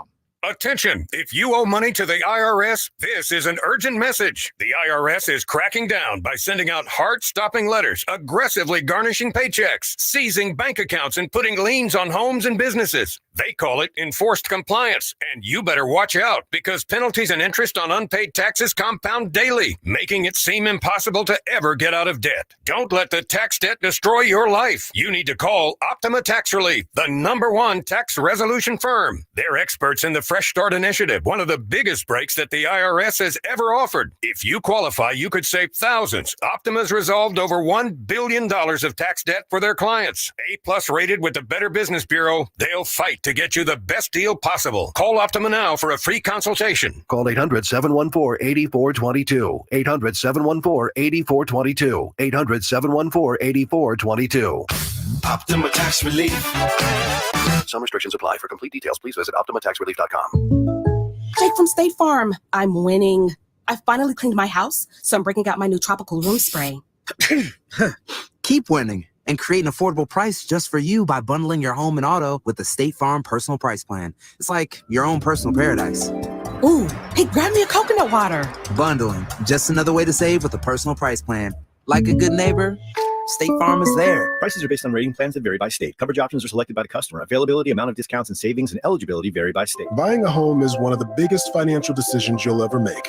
Before you tour a home, the real estate professional you're working with may ask you to sign a buyer's agreement, which describes the services you'll receive, each party's role and responsibilities, and how your agent will be compensated, all of which you'll want to discuss with them up front. So work with an agent who's a realtor. Realtors are members of the National Association of Realtors with a duty to honestly represent you and put your interests above their own, because that's who we are. 94.1 San Antonio Sports Star, South Texas home for Texas A&M football. Saturday afternoon at 2:30, the Aggies take on the Arkansas Razorbacks, presented by Ewald Kubota and the Angry Elephant. Pre-game coverage begins at 1:30 on 94.1 San Antonio Sports Star. After Prescott looks right, now goes screen left. Dowdle with a block to the 10, to the 5. He's into the end zone. Touchdown. That's how it sounded last night here on 94.1, a San Antonio Sports Star. Brad Sham on the Cowboys Radio Network. Cowboys get the ugly win on Thursday Night Football. Offensively, at times they looked really good. Got touchdowns and not field goals, especially in the first half. Well, only in the first half. Only in the first half. And there were times it felt like, all right, this offense is starting to look like the offense we expect.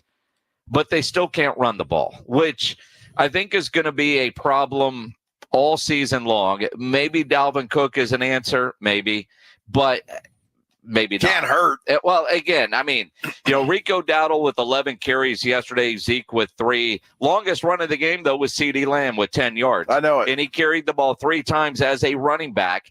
And when they really needed it, they put CeeDee in, which tells you they know it's a problem. You wonder if they'll address it.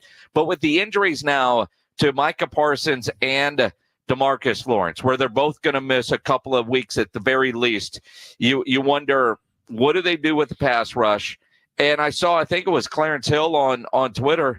Do you reach out to the Jets about Hassan Reddick? Do you give up a late pick for a one-year rental? What do you do now if you're the Dallas Cowboys and you're serious about trying to win this season? The problem with Reddick, and it's the problem the Jets are having, he doesn't want to be a one-year rental. He wants a contract, and that's the thing he's been holding out for. He wants a contract with the New York Jets.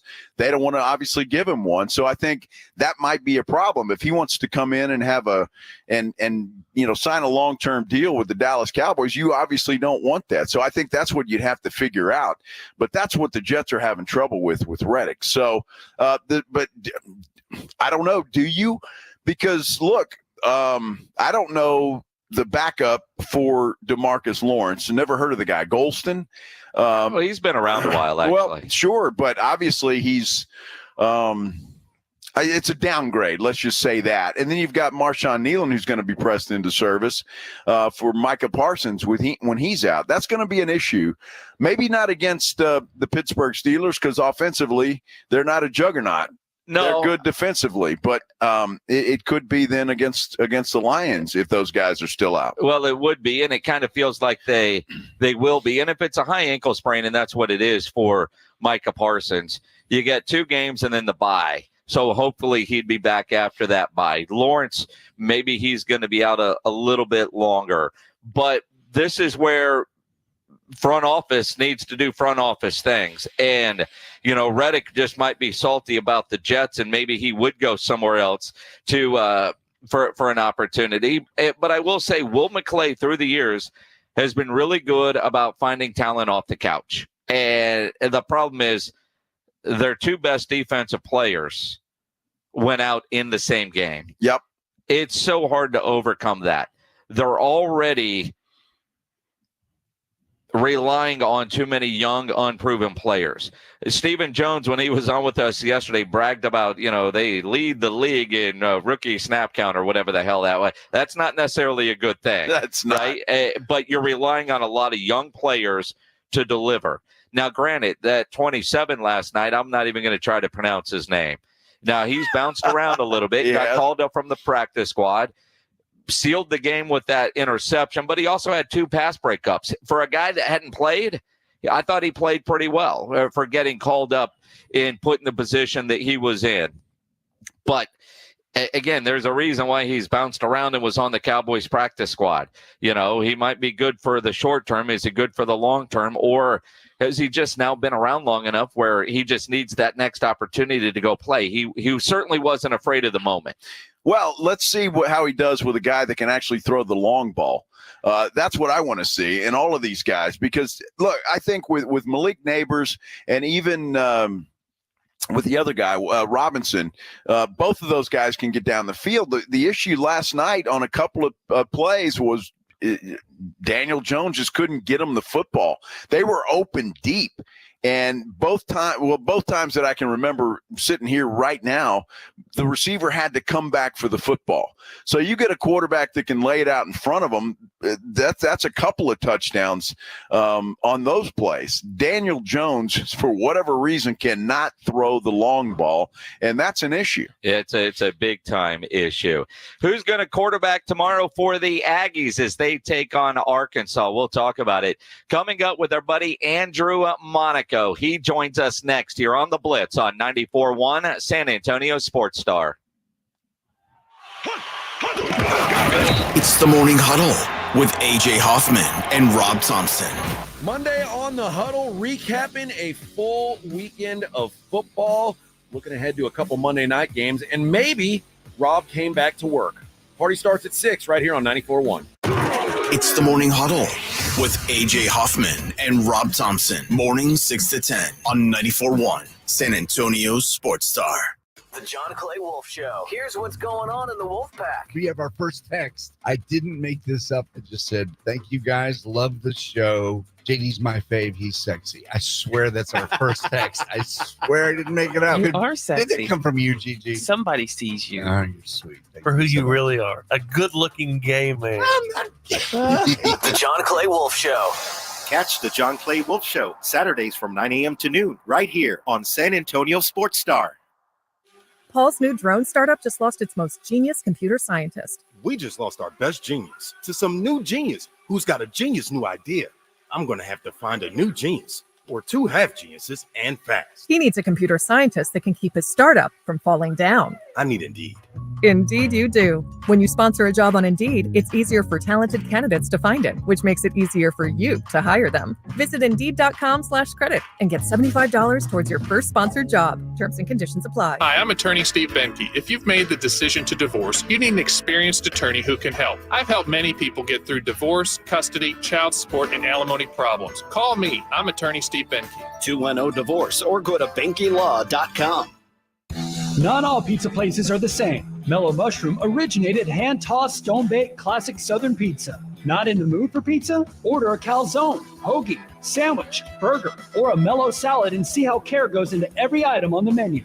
Take your pick from 24 draft beers and or handcrafted cocktails. And many of the pizzas can be made gluten-free or vegan. Mellow Mushroom is at 1604 in Stone Oak Parkway. Hang with friends, watch the game, and mellow out at Mellow Mushroom. Thanks for calling Discover. This is Diego. Hi, Diego. It's Jennifer Coolidge. I just want to say your cashback match makes me feel so special. It really inspired me. That's great. Doubling the cash back you've earned at the end of your first year is what we do. Well, I'm doubling everything now. Double dating, double dipping, double feature, double header, double whammy. Basically double or nothing. You earn, we match. Discover Cashback Match. See terms at discover.com/creditcard.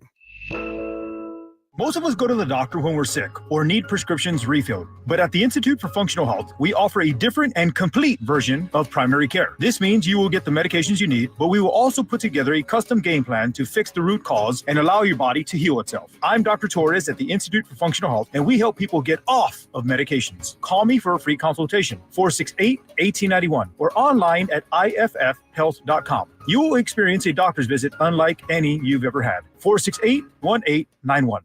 There's never any FOMO with the iHeartRadio app. You won't ever have to miss out on your favorite shows and contests with this radio station again. Radio 24/7, 365. We're here when you want us. Stay connected and listen anywhere when you download the free iHeartRadio app.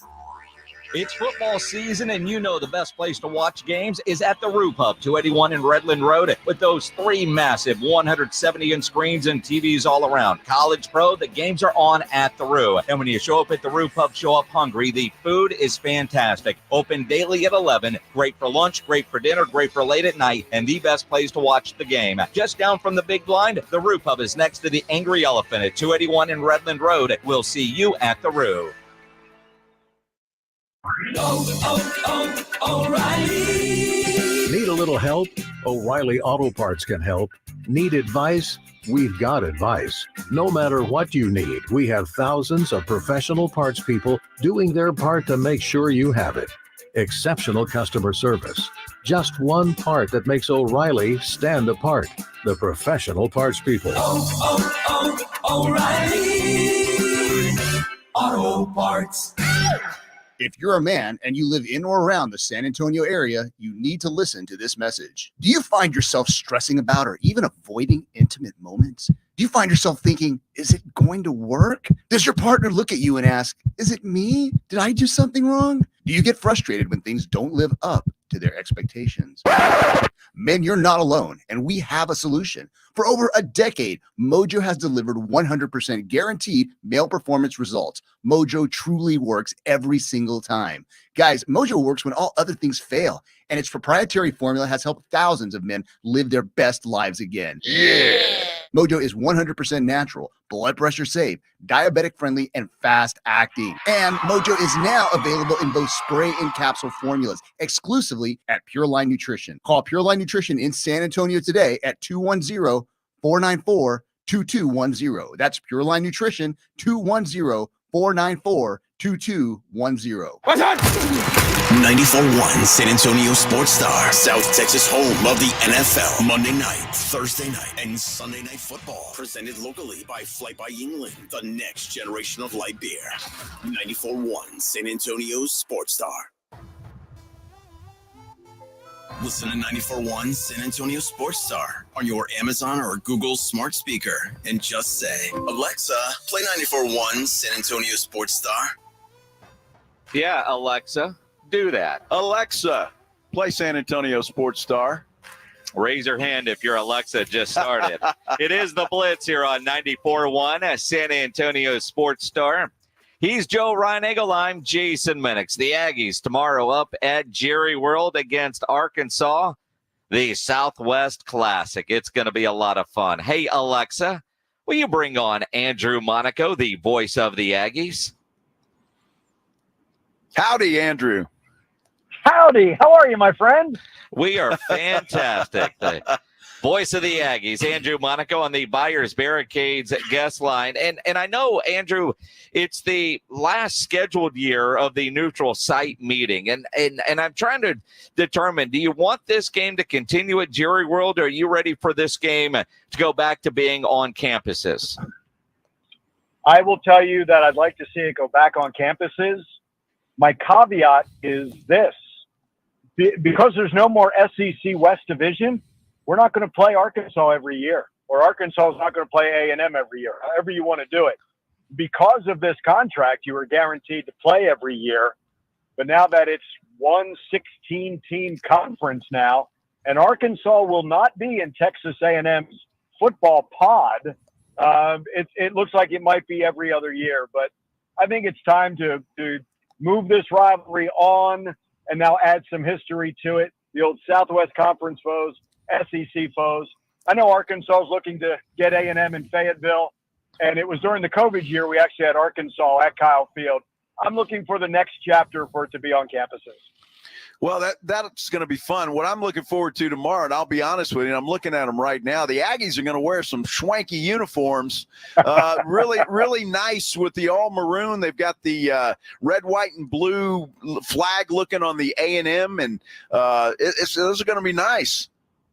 I give Mike Elko a ton of credit, and even a little bit last year, Elijah Robinson did the same thing in his first game. Mike is listening to the players, but it's also traditional. It's a little bit of both. And I think Johnny wore these last. I think that team wore these last. He's brought the white helmets back. He's got the 12th man kickoff team. It's really been fun. I think, Mike, the nod to history and some things in the past, and sometimes the players vote on this one as well. Well, and again, players love this. Yeah. And I saw Adidas, man, they're going all out. Even got Coach Elko's wife some really cool shoes that you had at the coaches show the other night. But again, I appreciate the way you said that. Mike Elko is doing things to excite his players in that locker room with stuff that matters to them. I agree with you, Jason. I really do. And look, it still has to – this is me. There's a reason why it's called a uniform, right? My problem when you start going off script, so to speak, you no longer know who that team is. This screams Texas A&M. When you wear this uniform, it's Texas A&M. If you like all maroon, hey, I have no problem with it. We brought the white helmets back. We hadn't worn white helmets there in a while. Yes, I think this is the kind of stuff that a coach, when you have a good relationship with your players, Jason, I agree with you wholeheartedly. It's good to listen to them and have something. And plus, I like the little nod to history as well. It keeps you up with what's been in the past, along with what you're doing in the present. I agree with that, and I'm looking forward to the game. Should be a great game, just because this game always seems to be, Andrew. Who's going to start at quarterback? Has Coach Elko made that decision yet? He's going game time decision. I would expect Marcel Reed to go tomorrow for them. Connor still has a little bit of pain in that shoulder, and until that's gone, Mike's not playing him. It's so funny. I did not know this week. Stephen McGee said he had the same thing affect him while he was quarterback at Texas A&M, and he said it is miserable to have to go through this as a quarterback. Marcel Reed's going to get his third consecutive start. I joked with Coach on Wednesday during the Aggie football hour. I said, how did Marcel handle knowing that he was probably going to be the quarterback? He didn't know in Florida. How did he handle that week of preparation, if you will? Mike said he handled it well. So if it is Marcel, it'll be his third consecutive start and another test for the young quarterback. Absolutely. And again, you look at, like last week, probably a tougher game than many people thought it was going to be or should have been. And maybe against a different opponent, the outcome would have been different. But for Reed to go through a game that wasn't easy but still get the win, that's only positive moving forward. I really liked what I saw from him, Jason. Now, there were some things that he looked like a young quarterback at times. He was quick, but then once he realized that his line was giving him the time, you can see him go through the progressions. And you can see him running. When I say as a last resort, obviously there's designed runs, but there's also times that, hey, there's nothing there, run to the right spot on the field. I think he's got to go through that, right? I think he's got to go through that little bit of a struggle. How do you get out of it? The thing that Bowling Green, I thought, really presented a problem with was, one, the bye week, and Mike Elko thought that there might be even more trick plays because you have that week to prepare. That's a Bowling Green team that has been together for some years, and it showed. I think that's still important in college sports, having that kind of experience. But I think Marcel had to go through things like that. I told you guys last week, he wasn't happy with the way he played against McNeese, but he did something about it. and he continues to work with Colin Klein. He continues to work with different players on this. Look, he's had two separate centers, and I appreciate what TJ Shanahan did when Coley Fayu was out. Well, TJ Shanahan's going to miss this week, but they do have Coley back at center. And I think it's nice to be on that field on Saturday with your receivers. And it's also very nice to be able to trust that you can gain some yards when you hand it off to a running back. That also takes pressure off a young quarterback when you get the running game going. All right, Andrew, full transparency here. I don't know a lot about Arkansas, but just looking at this game from the outside, it seems to me it's going to be one of those physical, run-heavy football games. Am I right about that? Yeah, Jaquindon Jackson is their running back. He comes from Utah, and he started his career in Texas. He's a Duncanville kid, so he's back home. So already 3 100-plus yards games for Jaquindon Jackson. And you know what, Joe, I'll be honest with you. I thought that was an Aggie advantage last year. I thought they won the line of scrimmage last year. Well, Sam Pittman, an old O-line coach in Georgia, he shored up that Arkansas offensive line. Taylon Green is going to be different from the quarterback that you've seen in the past in KJ Jefferson. Still very much a dual threat. He's not as physically strong as KJ, but this kid's a dual threat who, when you're faced with a 3rd and 12 and you think you're going to get off that field, Taylon Green can run off a 13, 14-yard run, keep that possession. And I like the receivers better than I've liked them in the past. I'll be honest with you. I think they're a little deeper at receiver. So I just think they're deeper, and I think Sam Pittman did a good job of finding out where the holes were in their offense and going to the portal. And he took some guys that either played with him or at Georgia or somewhere in the South and took them to Arkansas. Defense is also opportunistic. They're a plus when it comes to turnover margin. They've got 6 interceptions. They turned Auburn over 5 times last week, and that was on the road. So that was big. I really see these two teams being very similar to one another. They both upgraded their offensive lines. They both have dual threat quarterbacks. They both have a good experienced defensive line. They're both very good on third downs, offensively and defensively. I think the line of scrimmage and third down will help determine this game. Absolutely. Andrew Monaco, voice of the Aggies, joining us here on the Blitz. And you mentioned Green being a dual threat guy. Watching some of the Auburn game last week, I wasn't overly impressed with his throwing abilities, but his running abilities were incredible. Almost as if Auburn wasn't prepared for that. I know the Aggies are certainly going to be prepared for his running abilities after watching the tape last week. But when you've got a dual threat quarterback of your own, how much does that help prepare the Aggies defense for a quarterback like what they're going to see in Green tomorrow afternoon? And Jason, that's why I was surprised by Auburn, because they had one of the great dual threat quarterbacks in Bo Nix in their past. And I know some of their personnel changed, but they played like this. I think playing Riley Leonard in week number 1 against Notre Dame does help prepare you. I think when you're playing a DJ, even though it wasn't the full implementation on DJ Lagway at Florida, you've played a couple quarterbacks like this. Now, last week, Connor Bazelak played like this. I don't think you've seen. I think what differentiates Lagway from Taylon Green is Green has hit seasons at Boise State, and he's a little more comfortable. I think, can you get pressure? That's the one number that jumped out at me. Arkansas, they've gotten to him, the opponents have gotten to him 9 times, 9 sacks, but 23 hurries. That is something that I think quarterback pressure could also help determine. It doesn't always have to be the sack, but you guys know with dual threat quarterbacks, if you don't contain them, if you over pursue, you're in a whole hurt. You're going to get hurt because they're going to get you. You've over pursued and you left him gaps to be able to go up the field. Well, and that brings up a good point. I would imagine that Coach Elko this week is stressing that, especially when you have a physical game like this. You want to make sure that you're just doing your job. I mean, in a game like that, just what you said, you let a quarterback get around and get outside and 70 yards for a touchdown can make all the difference in the world. I just think this is a discipline kind of game. A discipline game is exactly right, Joe. I totally agree with you on that one. And he was asked this week, Mike Elko was asked this week about a spy. And I think the question was coming from, who is your spy? And Mike was trying to say, you can't have the same spy all the time. And you can't have that spy to take the quarterback, because then that offense is going against 10 defenders, if that makes sense. It's not like you can go man to man with that quarterback. So you have to disguise that spy at times. Could be a linebacker at times, could be a safety at times, could be your nickel at times. But you also have to understand, what does Bobby Petrino like to do on offense? He loves drag routes.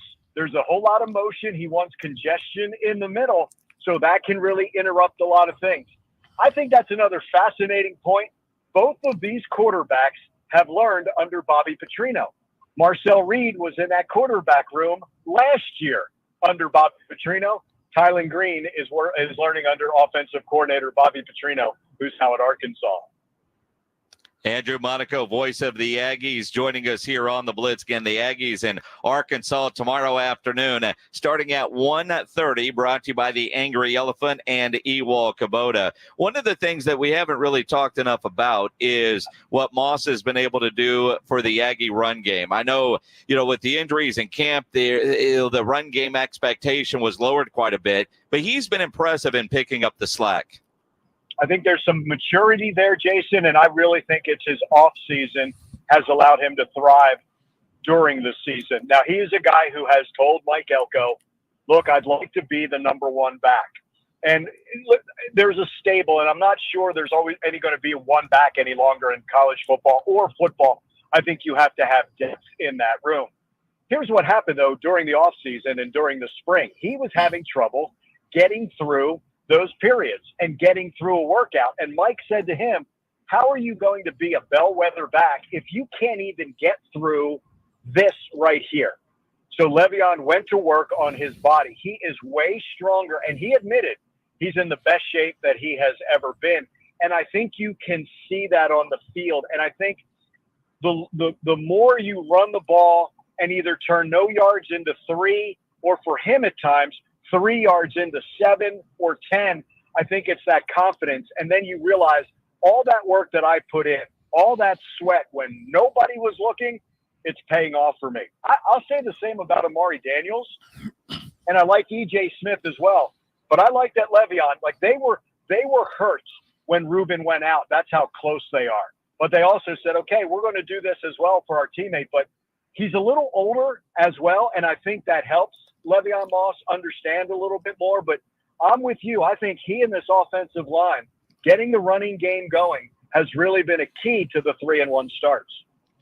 Andrew, let me ask you a question, because I'm sure you've heard about the kid from UNLV, the quarterback that just kind of quit on his team. There's two sides to the story, obviously, but have you heard anything from your contacts there at A&M or other coaches that are concerned that this could become a trend?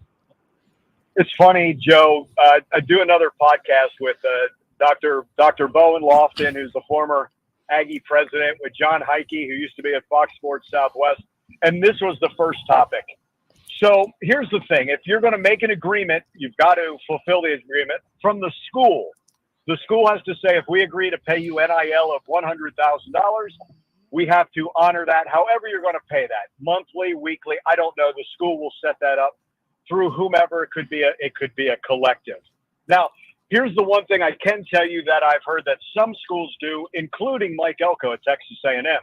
When you negotiate your NIL, once it is negotiated, there's no going back to the table and asking for more. Just as there's no going back to the table and telling the player, we're going to take this away. Every NIL contract is year to year. I can tell you that I do know of an SEC school in the past that the players did not practice because their NIL checks were not in their bank accounts.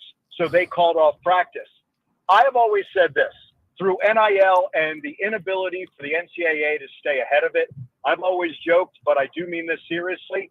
They were so afraid to get sued that they didn't do anything, and they got sued anyway. And that's what the House settlement is going to come up in a couple of weeks, and all NCAA teams are going to deal with that. But you've got to keep both ends of your bargain, right? You have to do that if you're UNLV. You took a kid from Holy Cross. My understanding is it's $100,000. Now, the school is saying the parents and the agent, and you're allowed to have an agent now in this day and age of NIL, they wanted to renegotiate. That brings up now another point, right? And again, this is going to be school to school. By the NCAA keeping their hands off, the states came in first. And if you remember, the states could do the rules, but the schools could not be a part of it. Now the schools can be part of the collective. So we're all kind of learning on the fly. But this comes down to, are you going to honor a contract? On both sides, the school and the player. It's disappointing now.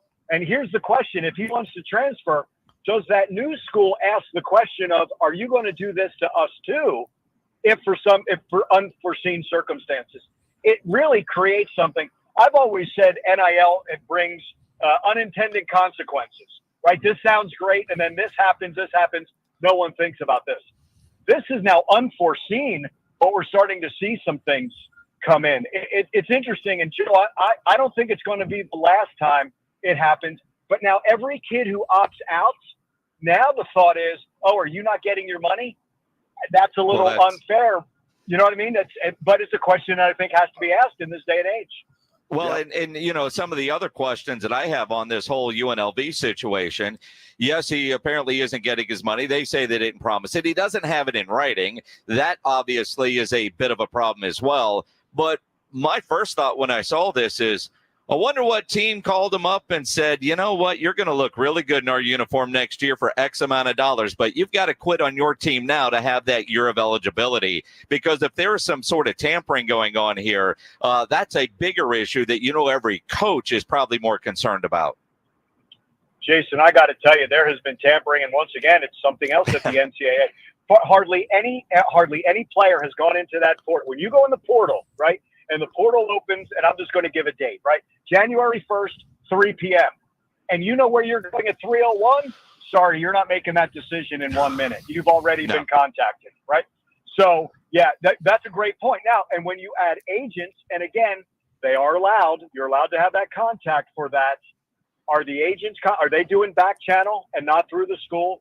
Something like that, very possible. And, of course, you're going to know the minute he takes a snap in game number 4, he can't transfer in December. Yeah, you make a great point about the tampering. I think that's another part of the underbelly of what's been with NIL. Andrew Monaco, the voice of the Aggies, and again, a part of several really good podcasts over there through Texas A&M. And Andrew, one more question about tomorrow's matchup with Arkansas. Based on what Sam Pittman said this week, has Mike Elko been practicing up on these spelling bee words for this weekend? You know, I asked Mike, I said, Sam brought up your Penn education, and Mike said, I am not the poster child for a Penn education. It's so funny. I think they're two of the most blue-collar head coaches, not just in the SEC, but in college football. Because we know Sam. He's an O-line coach, right? He's been great at that with those guys. And Mike, very much just that DC guy.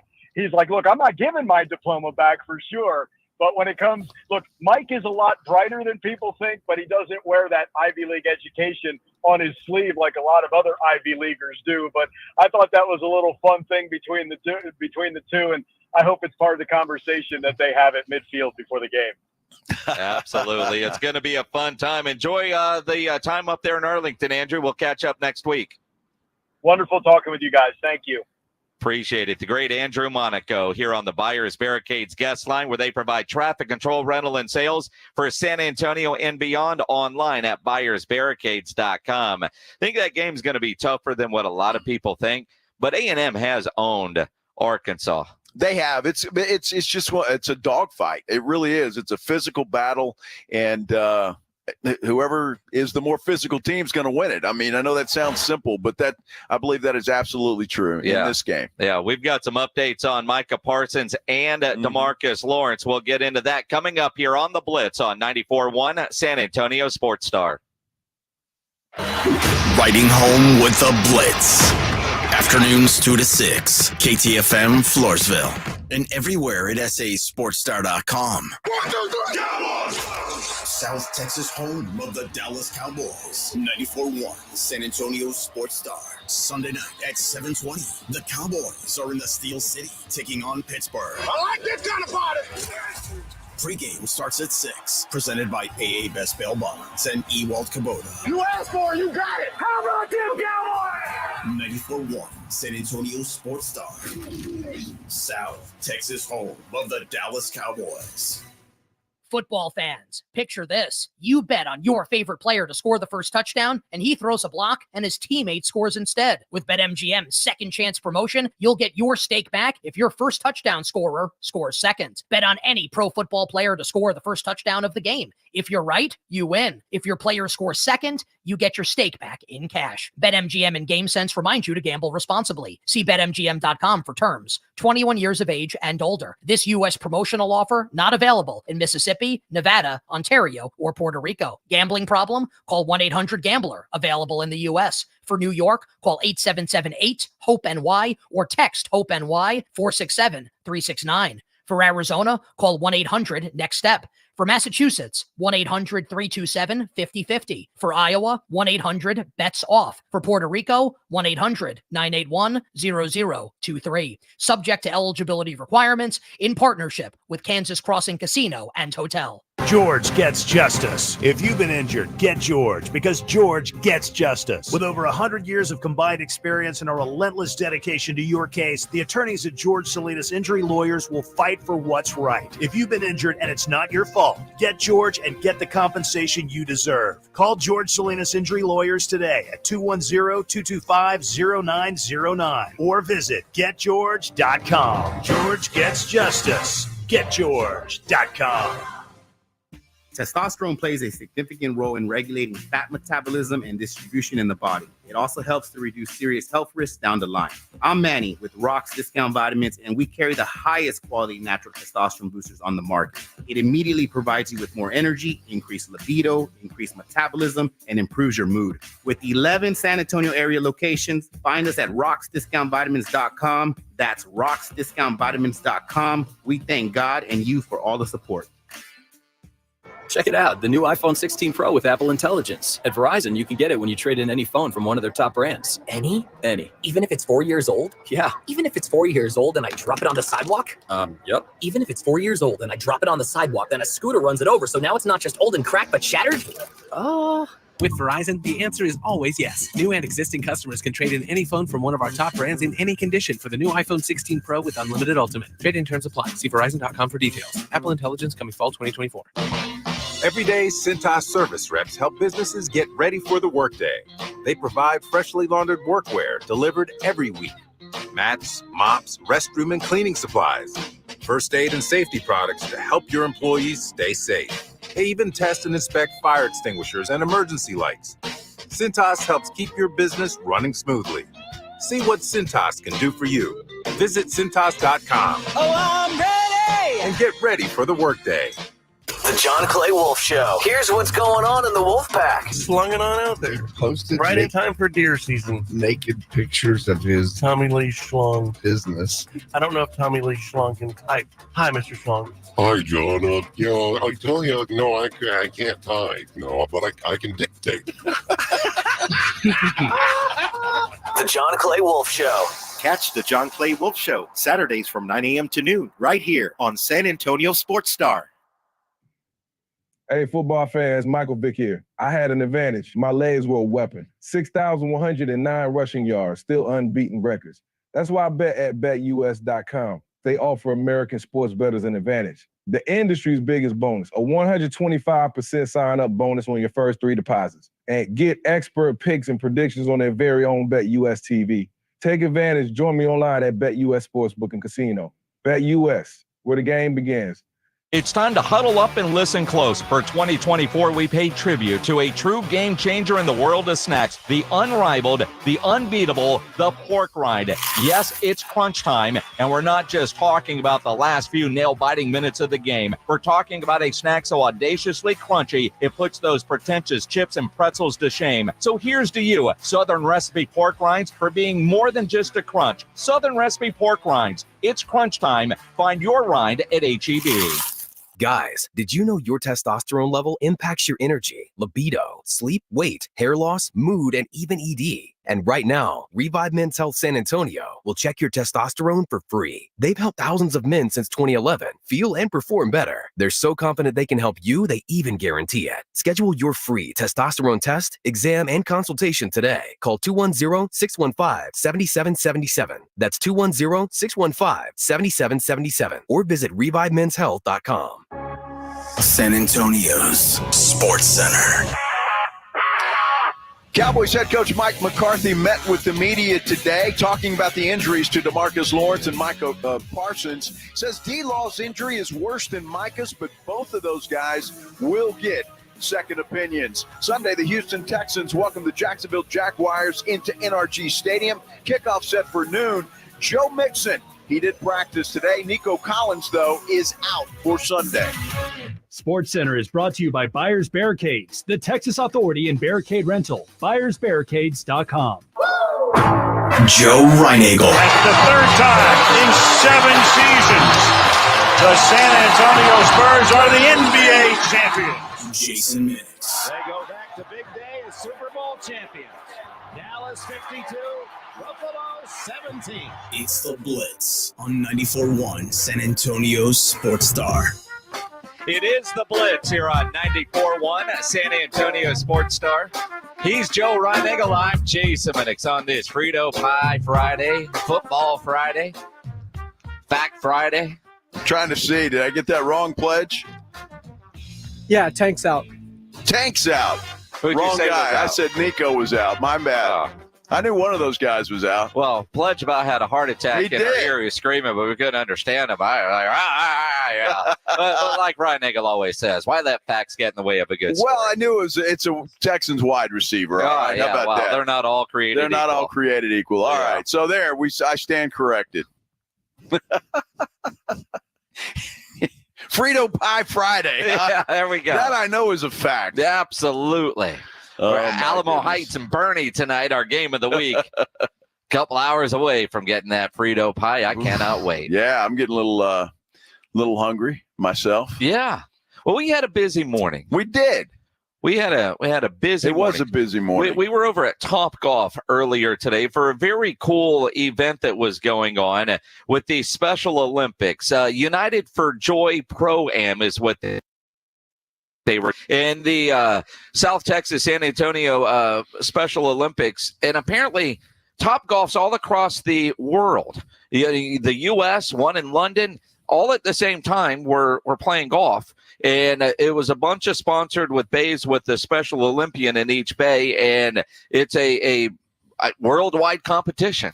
And it was really cool to see. I mean, Top Golf was packed. Yes. So they had a lot of sponsors and raising a lot of money for the Special Olympics. And it was cool to be a part of that. We went down, said hello to a bunch of folks, and took some pictures and just learned a little more about it. And it's really a special event. Great time this morning at Top Golf. And I got to admit, I mentioned this at one point. Man, I didn't know you could do this without drinking. Well, you know what? Truth be told, as we're standing there, I saw one of the servers sit with a bucket of beer walking down. So somebody managed to say they probably said the same thing you did. Yeah, they said my swing is a lot better. I need some beer. So it's like a golf tournament for charity, but at Top Golf. So it was really kind of cool. It was. And everybody looked like they were having a great time. Absolutely. Monday, we will have our golf tournament for charity. Sold out event. So, and we tell you all the time, and I've already had people like, hey, any spots left? Had that today at Top Golf. One of the guys was like, is that right? Yeah, your tournament's coming up. I need to get signed up. Sorry, dude, too late. Yeah, too late. It's already this Monday? Yeah, it's Monday. Damn it. Yeah, well, here's the thing. If you're playing golf, cool, and you're going to know about this. If you're not playing golf, our after party is open to everybody. We'll be at the Break Room in Live Oak. New place, been open about 4 months. Fantastic. 1.5 Monday night games. I mean, technically there's 2 games, but there's one worth watching. I wasn't a fan of 2 Monday night games last week, But I'm glad there's 2 this week because I have a feeling if there was only that one, we would all be pissed that was the Monday night game. Yeah, that would be the non-quarterback game. We're talking about the Titans taking on the Dolphins. That's the early game, I guess, if you will. Yeah, and that could be just a clown show for sure. And I looked at our schedule, and I almost wanted to email the boss and said, really? Because on 94.1, we're going to have that game. And over on AM 1250, the game that everybody's going to be interested in. Yeah. I think we could switch them. Yeah, I bet we could. We probably should. We need to. We probably should. Yeah. Problem is that dude's on vacation. Well, Pledge, just make a call and switch it. Do you push a button, a lever, or what do you do? A button, lever. I have no idea how all that works. I don't know how it works either, but Pledge will make it happen. It's coordinating satellites is pushing buttons. And then if the boss gets mad, we just blame Pledge. Well, that's it. I mean, he gets blamed for everything, even though he does nothing wrong. So, I mean, that's part of it. Oh, Pledge. He's fine. He's a good young man. He's not young. Well, he's really not compared to you. Compared to both of us. Oh, no, even we're about the same age. No, you're not. I'm within 10 of Pledge. Oh, you're within 10. Well, I mean, really 7. 7, okay. All right. Yeah. Yeah, Pledge is older than I thought. That's what everybody says. Because he looks young, kind of. He acts young. Well, don't we all? Yes. Age is just a number. It's especially with men. Age is mind over matter. I don't think you ever don't grow mind, up. It don't matter. I don't think men ever truly grow up completely. Well, it's to grow up or mature, and those are 2 different things. Yeah? Yeah. Well, okay. Same thing, right? Yeah. I mean, we grow up physically. It's that mental part that I have a hard time with from time to time. I mean, seriously, my mind is still 25. Your mind is still 14. Okay, well, no, it's a little older than that. It's 14. All right, 14. But, the body's old. But not 14. It's like it's like your mind tries to talk you into stuff that you just can't do anymore. It's crazy. I don't know. Keep talking. I'm not going to give any examples or anything, but I'm just saying, I mean, from time to time, you do stupid things still. What was the stupidest thing you've recently done? Recently? That you can talk about? Well, I don't know. I can't really think of anything stupid that I've done lately, to be honest. Mm-hmm. When was the last time you did something that your body shouldn't have done because of your age? Well, I don't know if it shouldn't have done. Try to stay in shape. Right? But today I can't really walk. Yeah, I was. My brother is a big. He's a big guy, and he works out all the time. His brother is a bodybuilder. Well, kind of, sort of. He's in retirement mode, I think. His brother is a bodybuilder. Does it. So, but he prepares our workworkouts, right? So I work out with him 4 days a week. You should never work out with you should not follow your brother's workout. Well, the good news about my brother is, especially if we're lifting weights, he doesn't pressure me into lifting what he's doing because I can't do it. Well, But we did this leg thing yesterday, and I tell you, I can't even walk. The worst part about it is just sitting down. And I'm talking about sitting down in anything. It's hard, number one, to get down and extremely hard to get back up. And then trying to clean yourself is difficult as well. Whoa. I'm just saying. Dude. I mean, when the muscles are sore like that, it's like, I didn't know that part, and I don't think I needed to know that part. Sure, you did need to know that. I don't think any of us needed to know that. I just need people to know that we're sitting here in this press box. We've got not the most comfortable chairs. No. But Joe has to stand in every commercial break. But watching this man try to stand and then try to sit, and he's not really sitting. He's just kind of hovering and falling into a chair. Exactly. Making weird noises as he's doing it. But watching this man try to get up, he's not 62. He's acting like he's 92. Well, my legs are extremely sore and tight, if that makes sense. But yeah, it's tough. I'm not much of a legs are just kind of a forgotten thing with me sometimes, and so I don't do it. But you're a leg man. Well, I am a leg man. So if I'm looking at you, I hope you're working out the legs. But if you're looking at me, you know that the legs don't get much action. Good Lord. Oh, that could be taken in so many different ways. Yes, it could. But that's the way it goes. So I'm a little sore today. So is Micah Parsons. So is DeMarcus Lawrence. More sore than originally thought. That is the update that the Cowboys have given in the last couple of minutes here. Mike McCarthy says DeMarcus Lawrence foot sprain worse than Micah Parsons ankle injury. Both players will have second opinions. Both injuries are worse than they originally anticipated. Now that begs the question. It really does, because the Cowboys doctors and their training staff are very good. All the NFL teams are, and most professional sports are. And so I'm wondering who's the second opinion and who decides that? Is that Micah and D-Law deciding, hey, we've got doctors, or we know of somebody, or do the Cowboys say, hey, we know this guy, go see him? I mean, it's a sincere question. Who gives the second opinion? A specialist in those areas. And that's what they're going to go look at. But when you think about second opinions for a high ankle sprain, now both are expected back this season, so I'd be surprised if there's surgery involved in different things like that. Both are expected back this season, but less than ideal to hear worse than originally anticipated. Now, granted, you're talking about whatever they determine at the stadium. They fly home from New York, get in 4 or 5 o'clock in the morning, do MRIs and X-rays and look at stuff. So what is worse than originally thought? Was it what you were seeing at the team playing yesterday, or at the stadium? You get your imaging back, you go through it.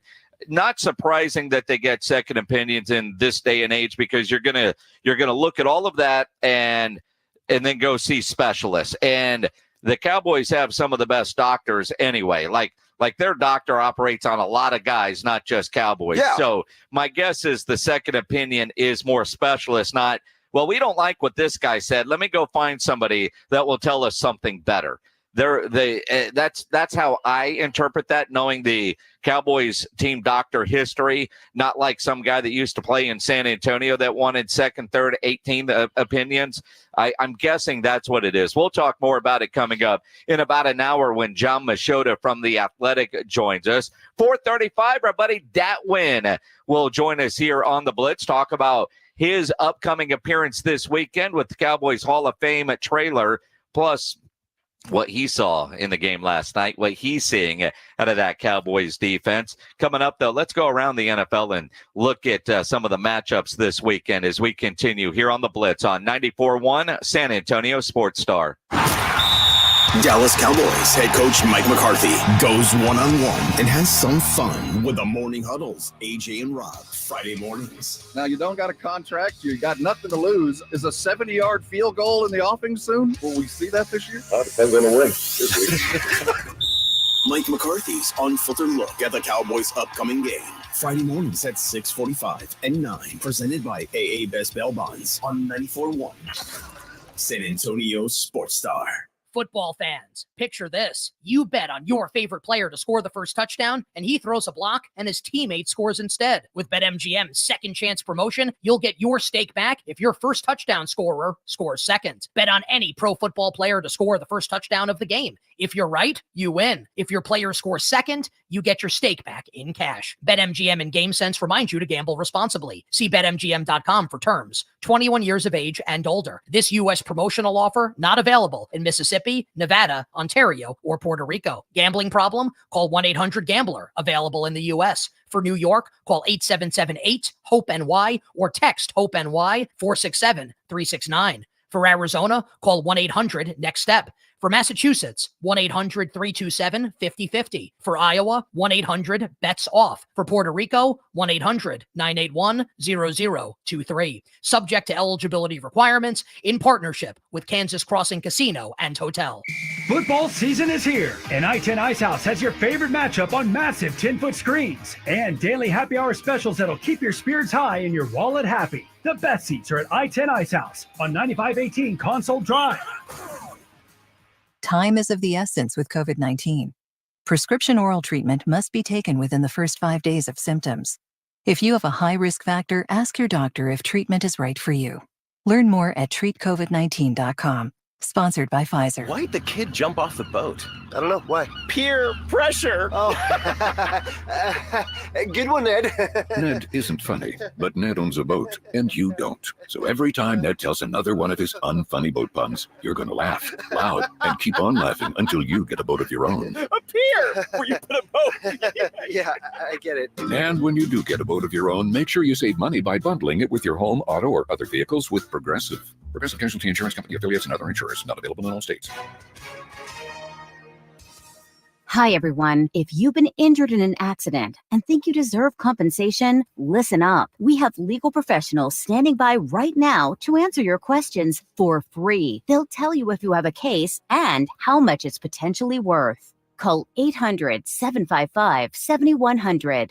I'm here with spokesman John Wolf. So, John, tell our listeners who should call right now. Well, Maria, first off, thank you for having me join you to answer the listeners' questions. Now, as far as who should call in, anyone who's been injured in an accident and think you deserve compensation, give us a call right now and find out how much your case is potentially worth. Call 800-755-7100.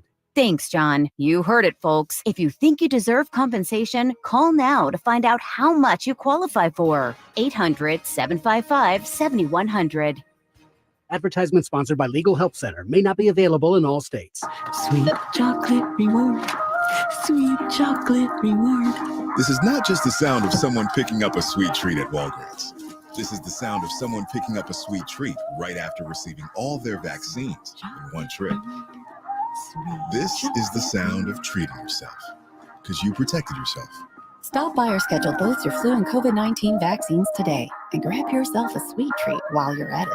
Vaccine subject to availability. State, age, and health-related restrictions may apply. Download the free Upside app to earn real cash back every time you buy gas. Cash out anytime to your bank account, PayPal, or e-gift card. Download the free Upside app now and use promo code RADIO for an extra 25 cents per gallon cash back on your first fill-up. That's promo code RADIO.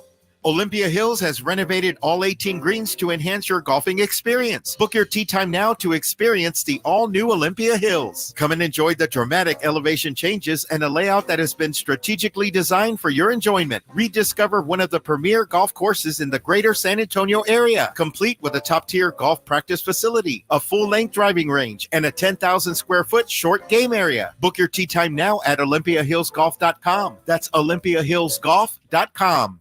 Enroll you in recurring automated marketing text messages. Consent are required to purchase. Message data rates may apply. Text KING to 42424 right now for your complimentary bottle of Nugenix Total T. It's the #1 selling testosterone boosting brand at GNC and Walmart. And they'll also send you a bottle of Nugenix Thermo X absolutely free. Text KING to 42424. Football season is here, and I-10 Ice House has your favorite matchup on massive 10-foot screens and daily happy hour specials that'll keep your spirits high and your wallet happy. The best seats are at I-10 Ice House on 9518 Console Drive. 94.1 San Antonio Sports Star, South Texas home for Texas A&M football. Saturday afternoon at 2:30, the Aggies take on the Arkansas Razorbacks, presented by Ewald Kubota and the Angry Elephant. Pre-game coverage begins at 1:30 on 94.1 San Antonio Sports Star. It's the Blitz with Jason and Joe on 94.1 San Antonio Sports Star. It is the Blitz here on 94.1 San Antonio Sports Star. Maybe you're watching on YouTube. Subscribe to the San Antonio Sports Star YouTube channel. Just go there, Google it, and comment, like. On Twitter, at Joe Reinagel 210. Tweet at me, at Jason Minnix. The station, at SA Sports Star. Same for Instagram. Easy to do. And speaking of Instagram, you know you're going to do some grilling this weekend. Have you seen the specials at Tri-County this weekend? You're going to definitely want to get into Tri-County Meat Market, do some grilling, and make sure you upload those photos to the Grilling with the Blitz page, because every Thursday we judge meat and give away a $50 gift card to Tri-County Meat Market. Yeah, I'll be getting in there this weekend for sure. Adam Schefter just sent out a tweet, Jason. Okay. The Cowboys-Giants game averaged 16.22 million viewers, an all-time high for Thursday Night Football on Prime. Can you believe that? Yeah. Oh, I guess. Look, Cowboys sell. They do, regardless of whether you like them or you don't like them. They sell.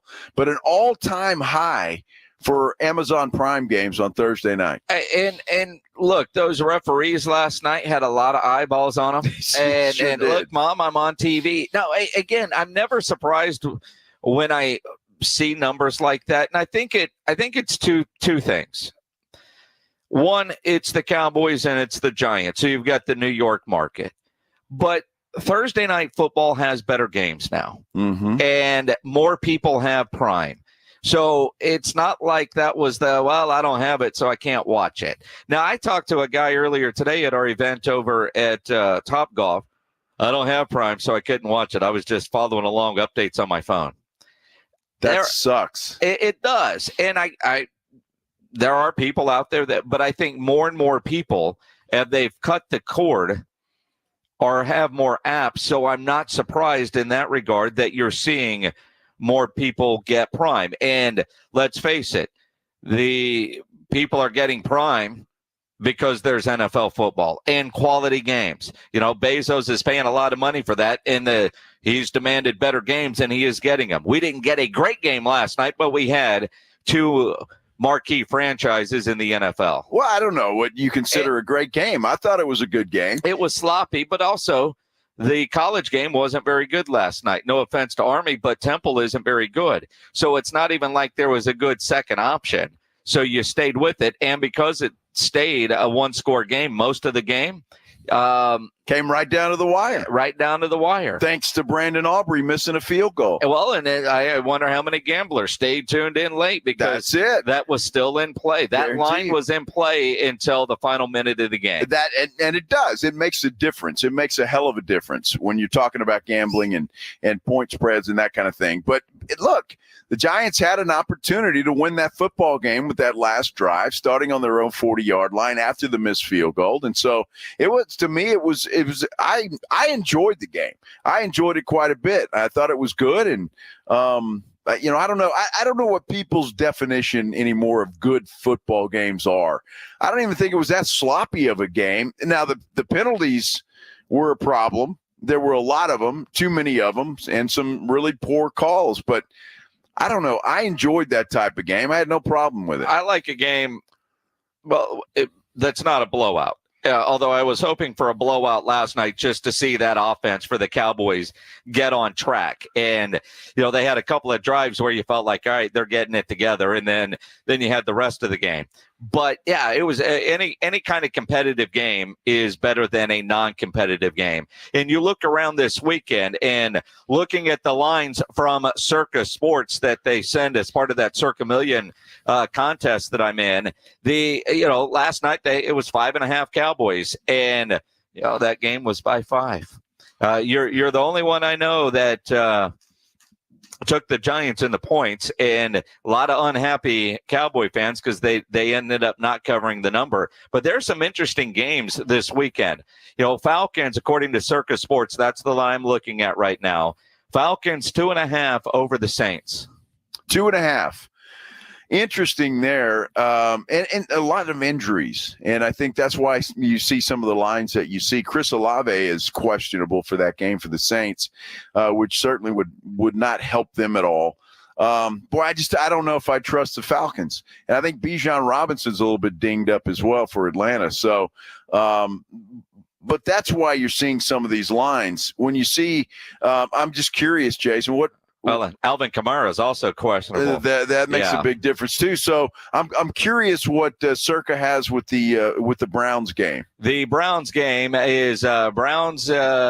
Raiders are a 1.5 favorite. 1.5 favorite because I don't think they have anybody playing. Well, and again, this for the Circa Million contest gets sent out on Thursday.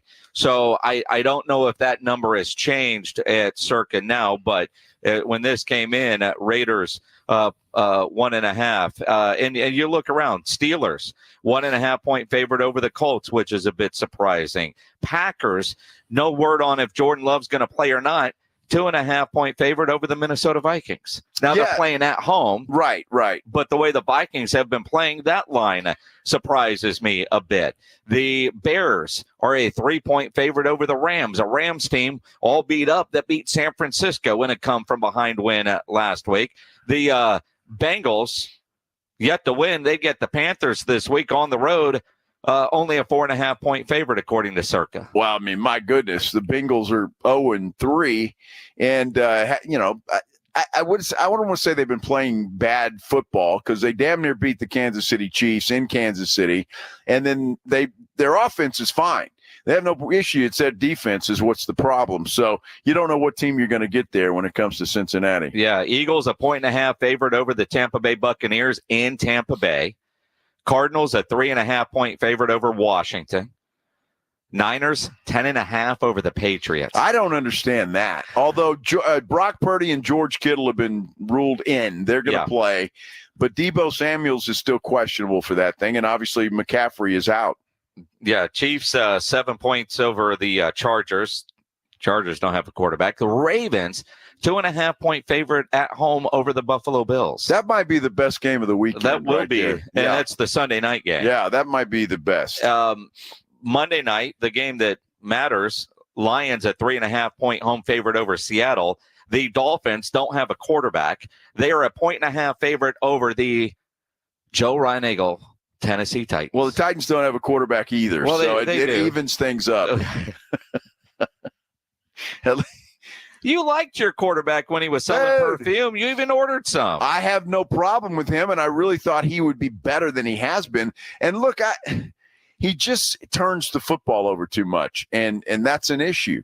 And look, the Titans have a decent defense, but if your quarterback's going to be giving up free points every game, that's hard to overcome. It is hard to overcome. Going to be a good weekend in the NFL. Cowboys, they got the win last night. So it's one of those Sundays where Cowboy fans get to watch a whole lot of other teams if you don't have the red zone and you don't flip around and you just watch the Cowboys. This is that weekend where you got to guard against the honey-do list because the Cowboys aren't playing. Now, honey, I got to watch all these other teams. I got to scout ahead and watch Pittsburgh. That's I got to scout ahead and watch Detroit. Make sure you do that this weekend. Although with the Cowboys on Thursday, the Hall of Fame trailer they have will be in San Antonio this weekend. Tony Casillas on Saturday. Our good friend Dat Win on Sunday. Dat Win joins us next here on the Blitz on 94.1 San Antonio Sports Star. Hey, let me tell you about my good friends at Stevens Roofing. I've been talking about Stevens Roofing for a long time now, and rightly so. Look, they're a family-owned company. They are a local company, and your roof covers your home. It covers your family, so you need a reliable roofer you can trust. That's important. Stevens Roofing is that company you can trust. And it doesn't matter what kind of project you have. If you've got a commercial building, an office building somewhere, Stevens Roofing can handle that. Metal roof, you want that on your home? Stevens Roofing can take care of that as well. They're licensed by the city of San Antonio. Estimates are always free when you call them at 210-785-0994. And if you're like me, you're always looking to save a little money, right? I think everybody is these days. So if you've been thinking about going solar, Stevens Roofing has you covered there as well. Look, solar panels are increasingly affordable. They can save you money on your monthly utility bills. Sometimes they can increase the value of your home, and there are even options to keep the lights on if the grid goes down. Stevens has a team of certified experts who will deliver solar solutions that are tailored to your specific needs. So for roofing or for solar, call the local company that's been trusted for decades. Call Stevens Roofing, 210-785-0994. Stevens Roofing has your family covered. Call them, 210-785-0994. It's the Morning Huddle with AJ Hoffman and Rob Thompson. Monday on the Huddle, recapping a full weekend of football. Looking ahead to a couple Monday night games, and maybe Rob came back to work. Party starts at 6 right here on 94.1. It's the Morning Huddle with AJ Hoffman and Rob Thompson. Morning 6 to 10 on 94.1 San Antonio Sports Star.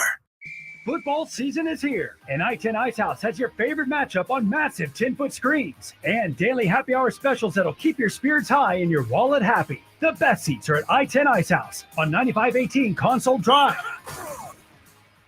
Testosterone plays a significant role in regulating fat metabolism and distribution in the body. It also helps to reduce serious health risks down the line. I'm Manny with Rock's Discount Vitamins, and we carry the highest quality natural testosterone boosters on the market. It immediately provides you with more energy, increased libido, increased metabolism, and improves your mood. With 11 San Antonio area locations, find us at rocksdiscountvitamins.com. That's rocksdiscountvitamins.com. We thank God and you for all the support. If you're a man and you live in or around the San Antonio area, you need to listen to this message. Do you find yourself stressing about or even avoiding intimate moments? Do you find yourself thinking, is it going to work? Does your partner look at you and ask, is it me? Did I do something wrong? Do you get frustrated when things don't live up to their expectations? Men, you're not alone, and we have a solution. For over a decade, Mojo has delivered 100% guaranteed male performance results. Mojo truly works every single time. Guys, Mojo works when all other things fail, and its proprietary formula has helped thousands of men live their best lives again. Yeah! Mojo is 100% natural, blood pressure safe, diabetic friendly, and fast acting. And Mojo is now available in both spray and capsule formulas, exclusively at Pure Line Nutrition. Call Pure Line Nutrition in San Antonio today at 210-494-2210. That's Pure Line Nutrition, 210-494-2210. Listen to this station anytime, anywhere on Odyssey. Odyssey is your new audio home for all the music, news, sports, and podcasts that matter to you. Odyssey. That's AUDACY. Now your ideas don't have to wait. Now they have everything they need to come to life. Dell Technologies and Intel are creating technology that loves ideas, loves expanding your business, evolving your passions. We push what technology can do, so great ideas can happen right now. Find out how to bring your ideas to life at Dell.com. Welcome to Now. At Frost, some of our services sound too good to be true, like the largest ATM network in Texas. Early payday, so direct deposits made to personal checking accounts are available up to 2 days earlier. Having a real live banker to talk to 24/7. Or that time a Frost banker gave a San Antonio restaurant her personal debit card number after a customer's card was mistakenly declined at his business dinner. True story. Frost, exactly what you unexpected. Football season is here, and I-10 Ice House has your favorite matchup on massive 10-foot screens and daily happy hour specials that'll keep your spirits high and your wallet happy. The best seats are at I-10 Ice House on 9518 Console Drive. What's on? 94.1 San Antonio Sports Star, South Texas home of the NFL. Monday night, Thursday night, and Sunday night football. Presented locally by Flight by Yingling, the next generation of light beer. 94.1 San Antonio Sports Star. Let's hear on 94.1 at San Antonio Sports Star. He's Joe Reinagel. I'm Jason Minnix. Cowboys with a win last night. Get the weekend off, except for those that work for the Cowboys. A lot of them are coming to San Antonio with that Hall of Fame trailer, the cheerleaders, Rowdy, and a couple of Cowboy legends, including our good friend Dat Wynn, who joins us now on the Buyers Barricades at guest line. Dat, how's your Friday? Oh, man, can't ask for every Friday is a good Friday, my friend. How you doing, Minnix? We are good, man. We are good. We got to start with what you're seeing out of that Cowboys defense, and the you knew it was coming, man. And I know you know Zim extremely well. Are you surprised at the defensive struggles so far this season? Well, I think it's no, just because I think his philosophy is a little bit different. I think we go to training camp and you go through the off season, not just getting a feel of defense, understanding exactly what people are doing. Philosophy wise, it's not different from Dan Quinn, what he did. And I think it's just that when you were with somebody for multiple years, you get used to what they do and how they do things. And I think for Zim's a little bit different where, hey, even though you have certain gaps and certain responsibilities, the first game, I think it was a fluke, even though Cleveland wasn't as good, so they didn't show much of the running game. But we got exposed against New Orleans. Obviously, going into the Ravens, we knew any chance, You got to stop him. You got to stop Lamar and Big Henry, and we weren't able to do that. But I think this week shows you a little bit more of last night. But I think they'll get it fixed with this extra few days of work here, going back to the drawing board and seeing who's who. And I think that's the first month of the year. That's what you expect. You go back the first month, and every team will figure it out after four games in, what we're good at, what we need to work on. And obviously, the number one thing is that you got to stop the run in order to win in the National Football League. Well, no question about it. Well, you were pretty good at that. Yeah, you. And the question I want to ask you, Dad, is that when I watched you play, and most Cowboy fans watch you play, there was never any question of your effort, your toughness, or anything like that. When you hear a guy like Micah Parsons question some of the Cowboys' toughness, some of their effort, what goes through your mind? Well, I think.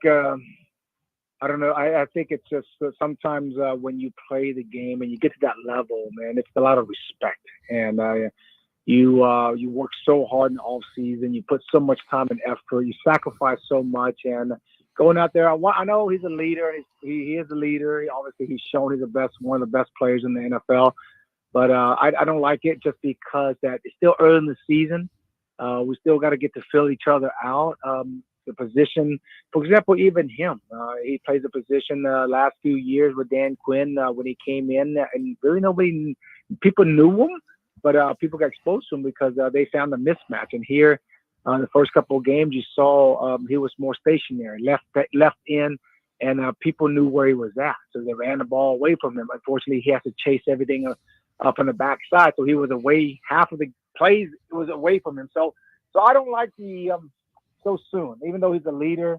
I think let it play out, and then when it's just so early in the season, and for him to go out, I respect his game. I respect him to doing that, but I don't like it that so early and on that you call the players out of effort. You can let the coaches do that, and you just play, and then that's the hardest part about being a professional athlete. And plus, with now you have a microphone and social media, etc. That's the hardest part that comes with the territory of being a leader and being a team. Is that the biggest insult you can give a teammate is questioning their effort or their toughness? Well, how does that play in the locker room when even though he's a team leader, he is Micah Parsons, he comes in the locker room, do you expect would you expect guys to say something to him? Well, I think if he's the leader, his locker room, his team, obviously right now, he's a young up-and-coming superstar. No, I don't think so. I think it's his locker room, but yeah, he can call people out, but I said it's still so early in the year. And the game is obviously you guys know, it's a long season. Season's not going to be done till January, hopefully late January. But, the season as you go on, September, it's still early, October, November is when really you start defining your team and who you are and how you play. You get those teams that are very good. They gel midway through the season, meaning game 4, game 5, game 6. That from now on, this week, from week 5 coming up to about week 10 is really you see how your team is going to be. And what Zimmer does is that, okay, a defensive coordinator, he called plays. Well, he assumed that this might work and this might not work. Okay, guess what? He has to go to the drawing board and he's going to have to make his adjustment on himself. So self-evaluation is the biggest part. And for the first 4 weeks of the season, as we went on the first 3 weeks before this Thursday night game, I think really has had no time to really evaluate stuff. You got a game plan, you got to move on. I think this 10 days is going to allow you to have more time to evaluate what you're good at and what you're not good at. And things that you're not good at, you got to work on. Things that you're very good at or you surprise you, you're going to use that as your back pocket when you need it.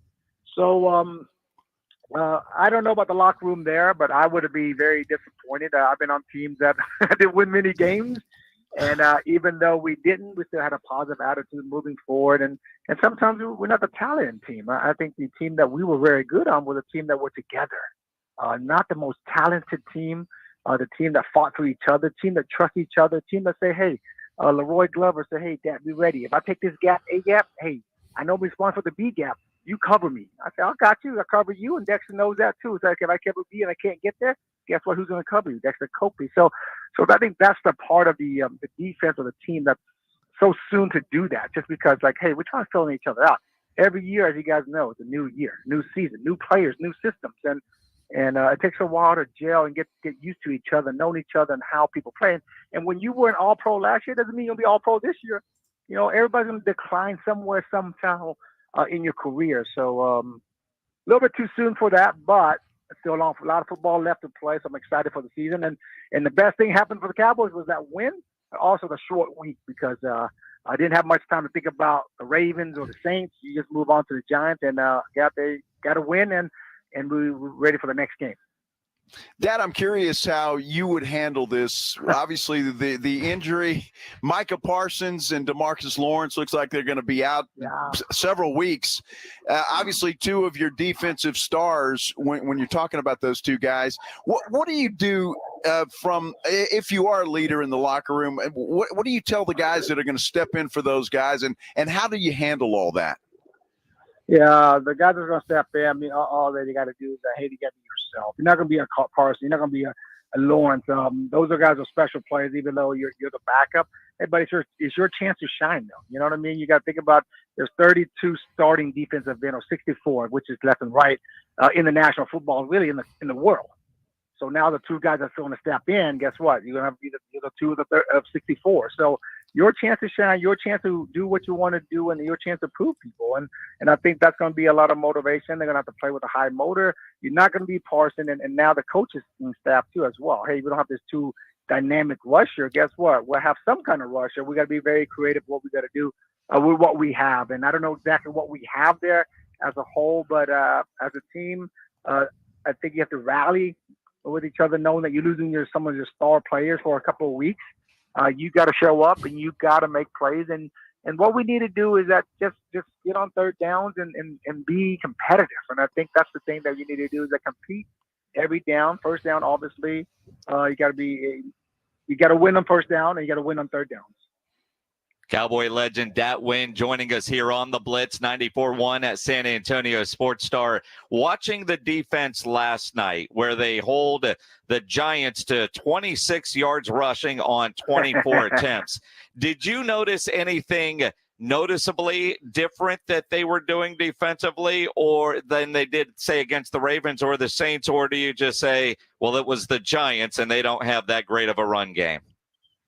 Yeah, no, I think in the National Football League, you have to respect every team, even though there might be star players, not Barkley, and it's not, certain other players or Henry, but it's still the running game. It's still, you got to stop the run, and you make them one-dimensional, and I think that's what you showed last night, even though there was a couple of plays there that going into the game, you'd think, oh, man, they're using the screen pass or the bubble pass or neighbors short routes to essentially it's a run in their concept as an offense, but as a defense, at the end of the day, man, if you can stop and hold a team to under 26 yards or 50 yards or even 100 yards rushing, you got a chance, because the good teams that are going to compete down the road or are going to be good have to run the football. And the good teams on defense got to stop the run. And I think that's it's a positive note. Yeah, I'm not going to be mad if you somebody to 26 yards for 24 carries. It's all my fault. Hey, we stop you guys and make you one-dimensional. And guess what? Jones played one of the best games he played, I think, I've seen him play in his short career. But we're creatures of habits, right? He goes back in the last series. He got a little chance to go down and maybe be the hero and win the game. And those couple of throws that he threw there before the interception, you question. You're like, wow, why did he do that? Or, he could have made a completion and give him a chance. And it goes back. We revert back to the old Jones. And I think that's what the game plan was. Hey, stop the run. Let Jones beat you. He could beat you all the way to the last minute, or 59 minutes in 10 seconds. And the 50 seconds you had left in the game, guess what? He made a mistake and we won the game. Dad, take us inside your living room, please, or wherever you watch football. How do you watch football differently than let's say, like Jason and I do? I mean, yes, he does. I'm sure you do, but I mean, do you look for when you see a play about to be run? Do you look for formations or what guys are doing? How do you watch football? I don't know. I don't know how I watch football. I just watch the game. I just watch the game like everybody else with the cold beverage, adult beverage in my hand. That's about it. But talking about the game, I think I think I watched the game just because of situation of football. Time is a big deal. When you watch a game of football, what is the time on the clock? Where is it at? Is it early in the game, or is it before 2-minute drill? So 2-minute drill, you got to throw everything out. So that changes everything. When it's 2-minute drill, or they're down, how many points? And so when you watch a game of football, I always think about, okay, 1st and 10. For example, everything's the same. Start the game. They throw a little pass, or it's an incomplete pass. So a team throws a pass on 1st and 10. I bet you 80% they're going to run the ball the next play, because guess what? They don't want to be 3rd and 10. If they throw another pass incomplete, guess that's 3rd and 10. If they run the ball, 2nd and 8, they get 2 yards. Oh, it's going to be 3rd and 8 rather than 3rd and 10. So it's a little bit more manageable. If they run for 5, guess what? 3rd and 5. So that's how you look at it. And then if it's a good pass rush team that like the Cowboys, guess what? They run the screen just like they did last night. You get guys get up the field, guys are licking the chops, trying to get to the quarterback. It's 2nd and 10. You think it's a pass. They show pass. Guess what? They step back behind you. They throw the screen, and they take it for a 10, 15, 20 yards. But that's how you watch the game. I watch the game, but in 2-minute drill, everything is thrown out. All that stuff is thrown out. Now you say, hey, where's the time? Where's the management? How many timeouts do we have left? All those things factor in. And then where is it at in the game? Is it before the half or is it end of the game? And all that is different too as well. So that 30 seconds answer to you, I guess, hopefully shares you what I see in my living room on watching a game. See, and I don't know if Dak can actually answer that question, because he feels like he's watching a game like we are. I learned more football watching with that win, because he sees things that we don't. Exactly. I mean, we're at training camp. He's like, oh, they're going to run left. How they're going to run right. Like that. How do you know that? Yeah. Watch the guard. Look where his arm is. I mean, he's looking for tendencies. The one game that win did color with me for high school football. We're at a high school football stadium. That shocker for you, right? He called a pick six before it happened. And it's only like, this form, he's going to get a pick. And it was a pick six before it happened. He sees things we don't. That's what I'm talking about, right? Exactly. Exactly. That's why I asked him, did you see anything noticeably different last night from the defense than the week before? And so, because that will see what we don't. A lot of us say, well, it was the Giants. Yeah. Not that. He's seeing what they're doing. And you respect every NFL absolutely. team. We figured that out. So, hey, a win is a win, right, Dad? I mean, it doesn't matter if it's pretty, if it's not pretty. As long as you get in that win column, that's all that matters in the NFL, isn't it? I think we lost. We lost him, didn't we? I think we lost that. All right. Not sure Hey, what I'm happened right with here. that. I'm sorry. Oh, I'm sorry. there he I'm is. sorry. Yeah. I'm sorry. Yeah. Accident. Yeah. That's all right. A win is a win. It's hard to win in the National Football League, as you guys know. You watch, you follow the Cowboys, you follow all those teams. It's just so much parity. You know what I mean? So many great athletes playing in the National Football League now, even now. But going back to the game and the Cowboys and the defense, I think the defense gotten better. We'll see what happens here with the 2 injuries on the outside of 2 premier players. Who's going to step up and what Jim is going to do. And a lot of positive last night I noticed is that even though Neighbors got a lot of catches and were very good last night, he's going to be a heck of a football player. But I think Diggs kind of getting back to his old form. You watch him run around, move around. There was a couple of takeoffs that they took a shot on Diggs, and Diggs was in position. And he wasn't much far away from Neighbors. And that's something that you're looking forward to see. And him getting back to his own form. And the secondary, as good as they are, I think they're one of the better ones in the National Football League. So there's a lot of excitement. I think it's too soon. 2-2 after 4. Let's talk about this in 4 weeks from now, or maybe 8 weeks from now. November comes around, Thanksgiving. I wouldn't doubt we'll be in the chance of a playoff talk, and then hopefully get in the postseason. And as you know, in the postseason, the healthy team, a team that's hot, is the one that's going to win it all. And if you're going to deal with injuries, dealing with it early That's in the right. season. The great Dat win Yes, sir. here on the Blitz, coming back to San Antonio this weekend. The Dallas Cowboys Hall of Fame trailer, the cheerleaders rowdy, Saturday and Sunday at a couple of HEBs. On Saturday, the Brooks Corner Shopping Center, that HEB there off of Southwest Military, Tony Casillas will be out there on Saturday. On Sunday at the HEB Plus, 1604 and Bandera. Dat win is going to be there signing autographs. The event is 9 to noon. Autographs, I believe, 10 to 11:30. I know you're always in and out and around. It's going to be fun doing this Hall of Fame trailer on a Sunday, Dat.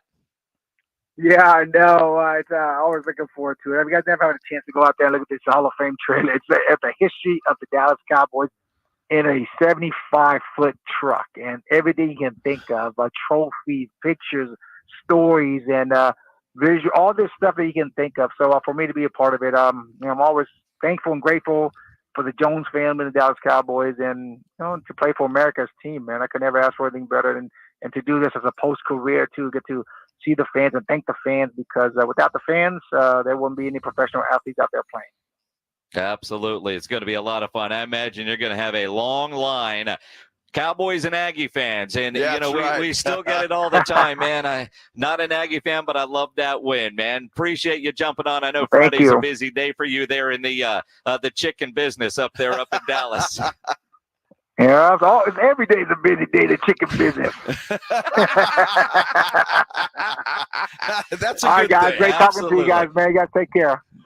Appreciate you, man. Good stuff. Dat Nguyen on the Buyers Barricades guest line, where they provide traffic control, rental, and sales for San Antonio and beyond online at buyersbarricades.com. He works in that store just about every day. Yeah, he does. He's constantly there. You call him up, man, what's going on? Just flipping chickens. What's up?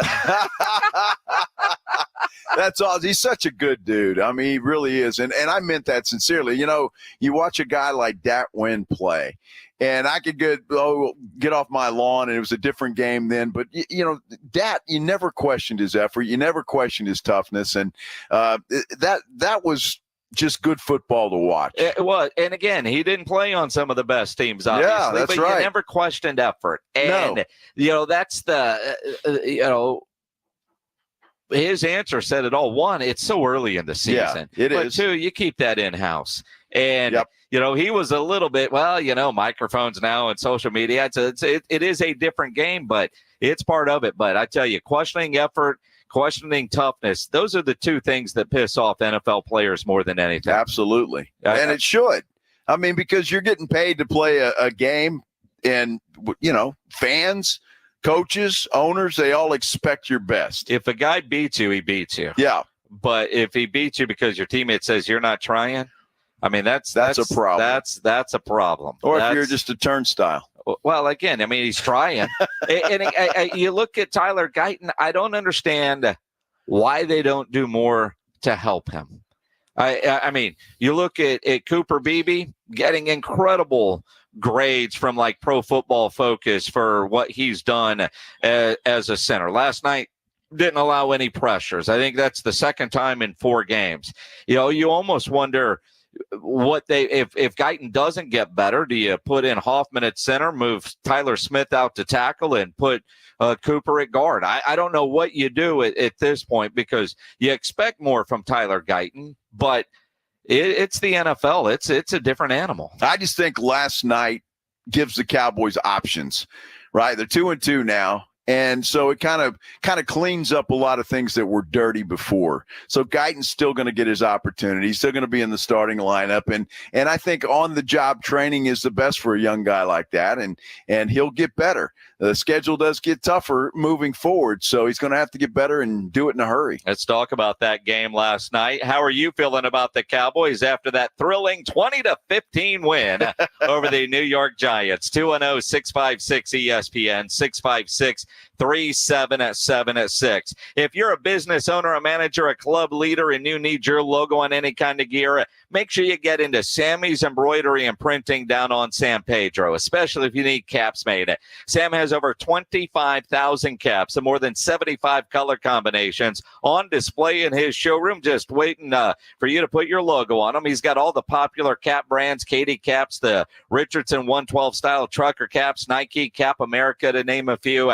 You need t-shirts, screen printed, Sam will get you taken care of. If you need your logo on a nice golf shirt, a fishing shirt, we're almost in the half zip season. Sammy's Embroidery and Printing. He'll have everything you need. All the big name brands, North Face, Eddie Bauer, Nike, Travis Matthew, Port Authority, to name Nobody has better prices. He is the only company in Texas with one-day turnaround. No order too big, certainly no order too small. Call 210-824-3900, 824-3900, or go by that massive showroom down on San Pedro, a mile inside Loop 410, next to Big Lots across from McDonald's, or check the website samsembroidery.com for Sammy's Embroidery Club.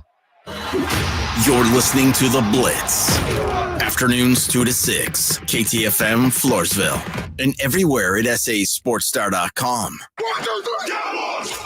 South Texas home of the Dallas Cowboys. 94.1 San Antonio Sports Star. Sunday night at 7:20. The Cowboys are in the Steel City taking on Pittsburgh. I like this kind of party. Pre-game starts at 6. Presented by AA Best Bail Bonds and Ewald Kubota. You asked for it, you got it. How about them Cowboys? 94.1 San Antonio Sports Star.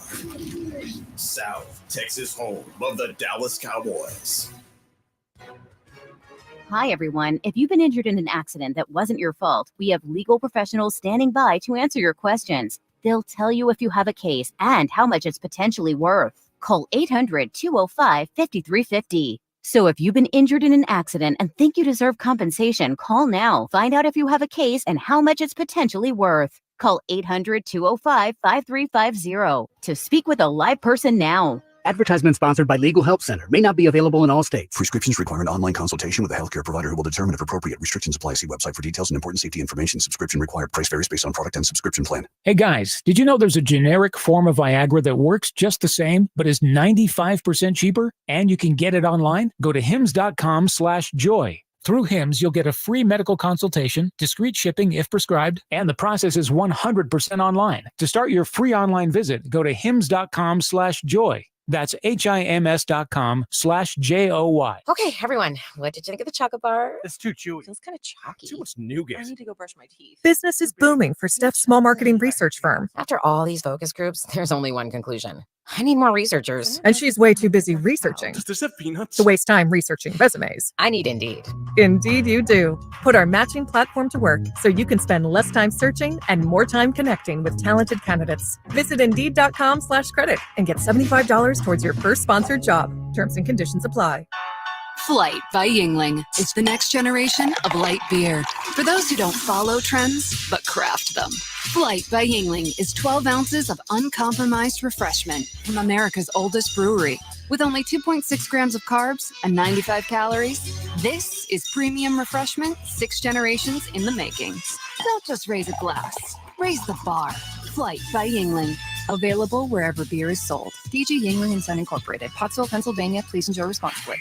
Football season is here, and I-10 Ice House has your favorite matchup on massive 10-foot screens and daily happy hour specials that'll keep your spirits high and your wallet happy. The best seats are at I-10 Ice House on 9518 Console Drive.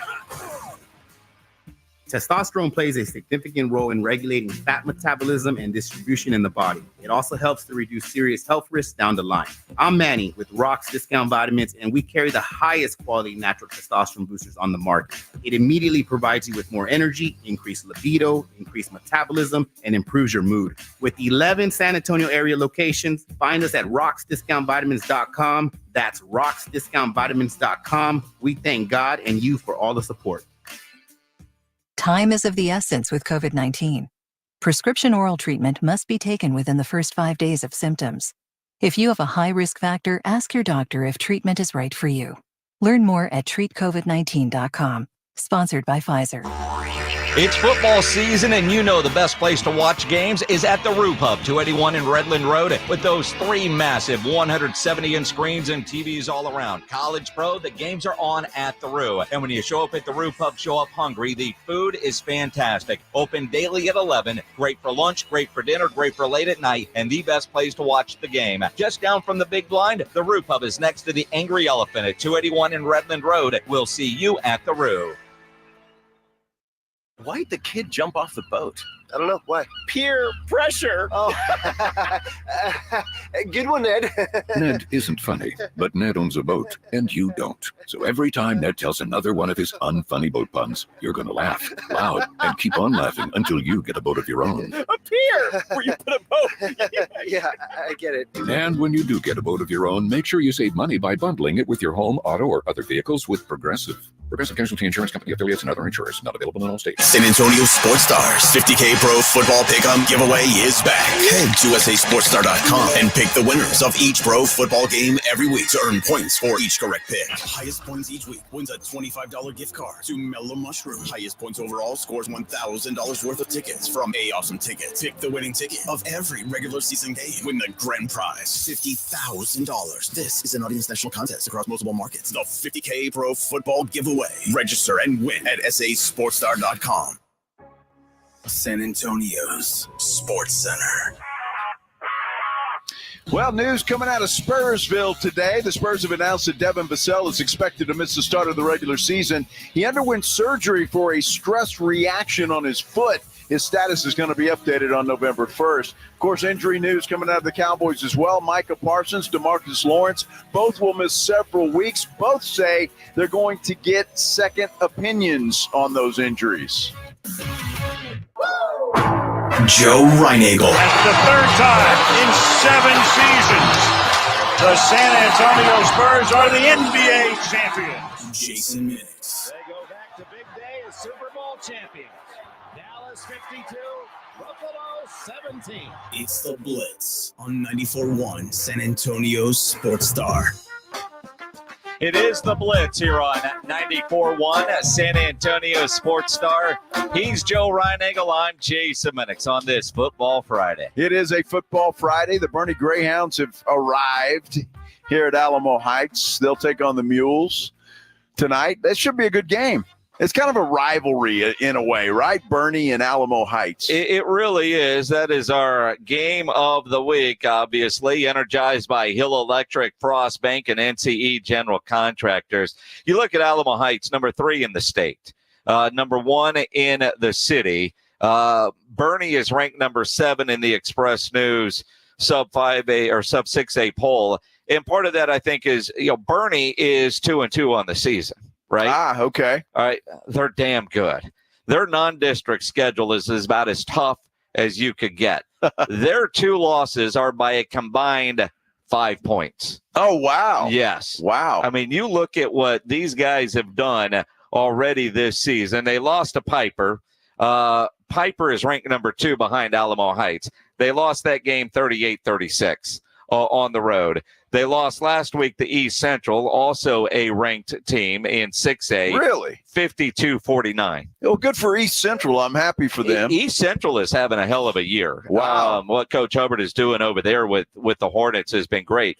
So when you look at a team like Bernie and you go 2-2, all right, fine.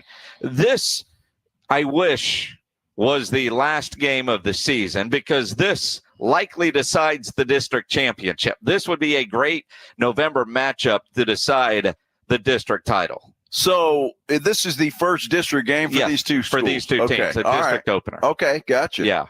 Well, it ought to be a good one. It could still determine that. Well, it still could, but if it came down to the wire, I got you. Schedules get made, and how they make the schedule is rather interesting, and that's how the draw is. And you get so many great athletes in this game. I mean, Michael Terry for Alamo Heights. Hopefully he chooses Texas, but everybody, last game he was wearing Texas gloves, so maybe. And, he's been on the sideline a couple of times up at UT. Hasn't made his official commitment yet, but he's one of those athletes that you just watch him and you realize he's on another level. Bernie's got some players. Their sophomore quarterback is put up ridiculous numbers. Played as a true freshman because of injury. And, it's not that long ago, Bernie played for a state championship, and a lot of those guys are still on this team. It ought to be a great game. I'm looking forward to it. Everybody needs to tune in to 94.1 tonight, 6:30. I guess the pregame show will begin. 6:30 is the pregame show. I'm hoping if John Robbins is doing his job, we'll have that Frito pie about 6:10. Yeah, you got to get it down because you got to clear the pipes, Minnix. You got to clear the pipes. Yeah, I love the 7 o'clock kickoff, but that only gives me a 30-minute break between the end of the Blitz and the start of the pregame show. Just tough life, brother. You have no idea. Tough life. If people only saw the lunch that I had packed and, all the stuff that we have to, the fact that we've been here since noon. That's true because we came pretty much straight here from Topgolf this morning. Yes. So, yeah, but, I'll listen to you on the way home. Yeah. Such a liar. Well, I guess Pledge will have a show from 6 to 6:30. Yes. All right. Yes, Pledge will have a show from 6 to 6:30. Always listen to Pledge on the way home. Yes. Yeah. Yeah. Got to do that. Got to do that.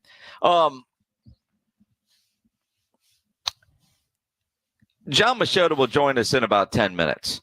So you look at, and we'll get into some Cowboys talk. Looking forward to that. And the latest on the injuries. One of the things that we haven't really touched on a lot this weekend is what's happening in college football. Right. UTSA, obviously a big road game against East Carolina. They're dogs there. I haven't seen the weather, but with this hurricane coming in, you wonder how it is going to affect a lot of games up the East Coast. And a couple of smaller games have already been postponed, but there could be a lot of rain games. And I'm not sure if that will impact what UTSA is doing or not. But I look at UTSA. I know they're dogs. I know they're on the road. I don't know anything really about East Carolina other than, read this, read that, and go. I haven't seen a play. But this is one where UTSA has to go get. They got a bye next week.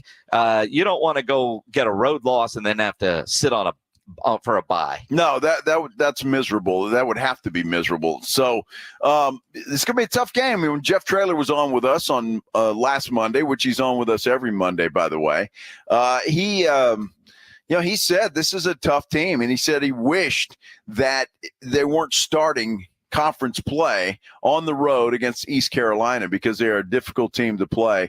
I think it's a 3-point game right now. East Carolina's favored by 3 the last check. So going to be a tough game, but I agree with you. I mean, man, it would sure be nice for the Roadrunners to go up there, get the win, come home, and have the bye week to get everything settled for the final run. Obviously, A&M and Arkansas up at Jerry World will be a fun game. I expect A&M to win that one.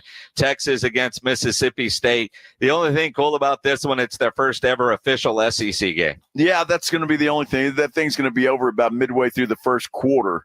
As bad as Mississippi State is, unless Texas just does something really stupid. Still no decision that I've seen on a starting quarterback for that game. Quinn Ewers still dealing with the injury, and of course, Arch Manning could get his second straight start there for the Texas Longhorns. Yeah, the game of the week of the century of the Georgia-Alabama. Yeah, top 5 matchup.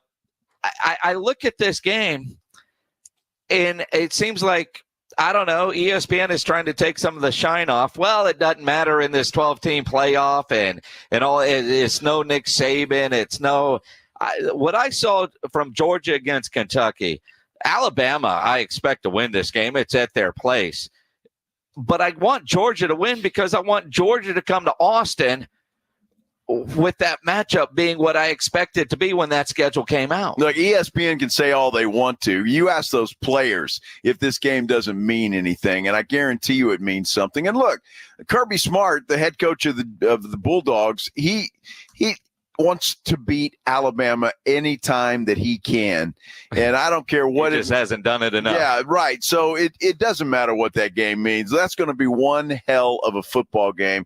I'm looking forward to watching that one on Saturday night. And that one's on ABC. Kind of feel bad for the people at NBC because about the same time, Illinois is taking on Penn State in what looks to be a very attractive kind of matchup. It looks to be one of those kind of games where you're like, man, this one could be really good because, when was the last time you cared about watching Illinois play? But the way they've been playing, you kind of want to do that now. Absolutely. And college football's been it's really getting interesting. Some teams that are not normally there, like Illinois, playing well. And so be a fun game. Yeah, absolutely. We'll have a lot of those coming up with our prime picks coming up. just around 5:40. But let's talk some Cowboys and get the latest. John Maota from The Athletic joins us next here on the Blitz on 94.1 San Antonio Sports Star. Hey, I hope your plans this weekend involve heading out to the Big Blind because they got a lot going on, including tonight. It is High Hands Blitz. That's right. Every half hour, 24/7. Tonight, boy, there is 20 grand at stake. The prize pool up to $20,200. That's a lot of money, I guarantee you, but that's what the Big Blind does, right? They make it exciting. They make it fun. You go out there, you might walk out of there with a pocket full of money. You just never know. And you need to get out to the Big Blind because it is the premier poker room in San Antonio. There is no comparison, not any place in town. No comparison to the Big Blind. And you might expect that, right? It's from the owners of the Root Pub and the Angry Elephant. So it's locally owned, locally operated. That's important. And you know, if you've gone to the Root Pub or the Angry Elephant, food is fantastic. The drinks, well, they're plentiful. They've got a great bar there at the Big Blind. It really is. And the service is second to none.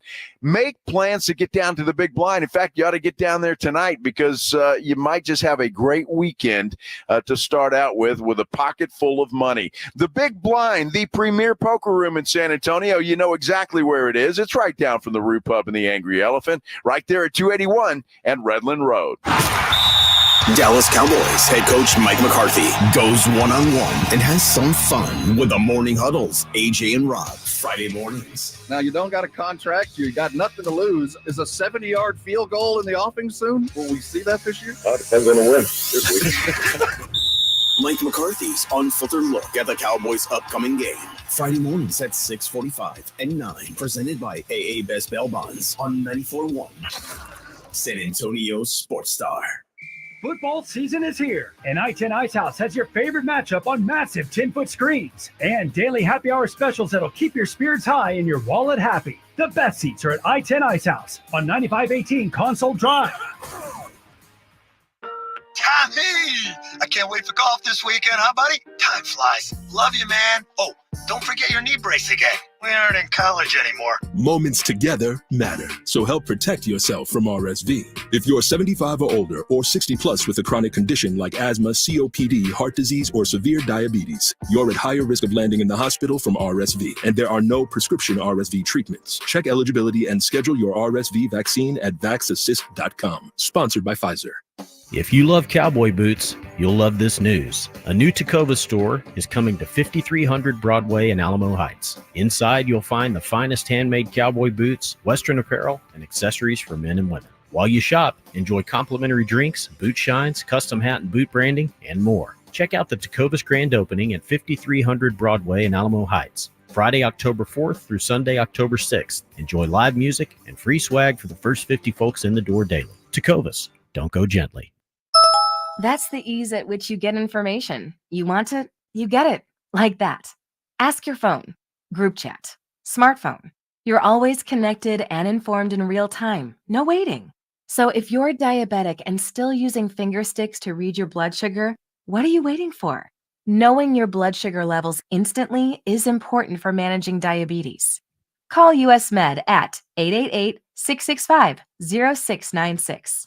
To learn more about continuous glucose monitors, a real-time instant method to track your blood glucose, US Med is an approved provider for Medicare and over 1,000 private insurers. And the best part? Call 888-665-0696 and we'll give you a free insurance benefits check today. So call 888-665-0696 today. That's 888-665-0696. And manage your diabetes as easy as... Don't you agree that it's a wonderful thing to save a dog's life?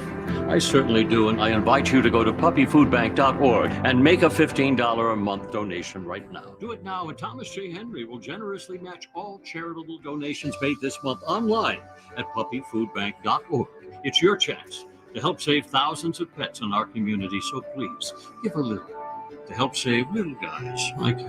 So please go to puppyfoodbank.org right now, and they'll send you a very nice gift. Hello, my name is Jason Thompson. I'm an attorney here in San Antonio, and since 1994, I've been representing people and families seriously injured by negligent drivers. I think everyone knows that driving while using a cell phone, texting, posting videos is dangerous. Study after study shows that use of a cell phone like this is the same or worse than driving under the influence. Yet, many people insist on using their cell phones while driving. I've had many cases where my client was injured by one of these people because they chose to use their cell phone. Who are these people? You and I have both seen them, probably today. Men, women, old, young, minivan drivers, truck drivers, 18-wheeler drivers. I know this. The same person that chooses to use their cell phone while driving is the same person who will lie about it later just to avoid taking responsibility. If you choose to use a cell phone while driving and hurt someone, you'd better hope they don't call me. If you or a family member has been injured in a vehicle collision, call me. Jason Thompson, 210-900-0400. That's 210-900-0400. 94.1 San Antonio Sports Star, South Texas home for Texas A&M football. Saturday afternoon at 2:30, the Aggies take on the Arkansas Razorbacks, presented by Ewald Kubota and the Angry Elephant. Pre-game coverage begins at 1:30 on 94.1 San Antonio Sports Star. It is the Blitz here on 94.1 San Antonio Sports Star. He's Joe Reinagel. I'm Jason Minnix. Cowboys got a win last night. It's not often we get to talk to John Maota following a game. That's true. Normally we talk to him on Fridays leading into the game. We get a preview. Now we get a review. As John Maota from The Athletic joins us here on the Buyers Barricades guest line, back from New York, probably a little sleepy. John, how's your Friday? Oh, it's going well. I've actually kind of slept in a little bit. I didn't actually fly back until a little bit later. I got home like maybe an hour ago. So I'm good. I'm ready to go. Nice. Good. Yeah. New York. Let's start with the injuries and the latest that we're hearing for Micah Parsons and DeMarcus Lawrence. Yeah, it doesn't look great in terms of them being available next week. Obviously better results, and it sounds like it's better than what could have been. I think when Micah got carted off, I'm sure everybody had a little bit of a thought of, could this potentially be season ending? And it's not that, but for Micah, high ankle sprain. DeMarcus Lawrence, it's a foot sprain, and both Stephen Jones and Mike McCarthy have said that the Lawrence one is looks like it's a little bit longer term, not longer term, but longer than Micah's. And so the way I'm reading in between the lines here, Mike McCarthy says that they're getting second opinions is I would bet that they don't play these next two games. They give them those 2 weeks and the bye week, and then they bring them both back against San Francisco. I think that's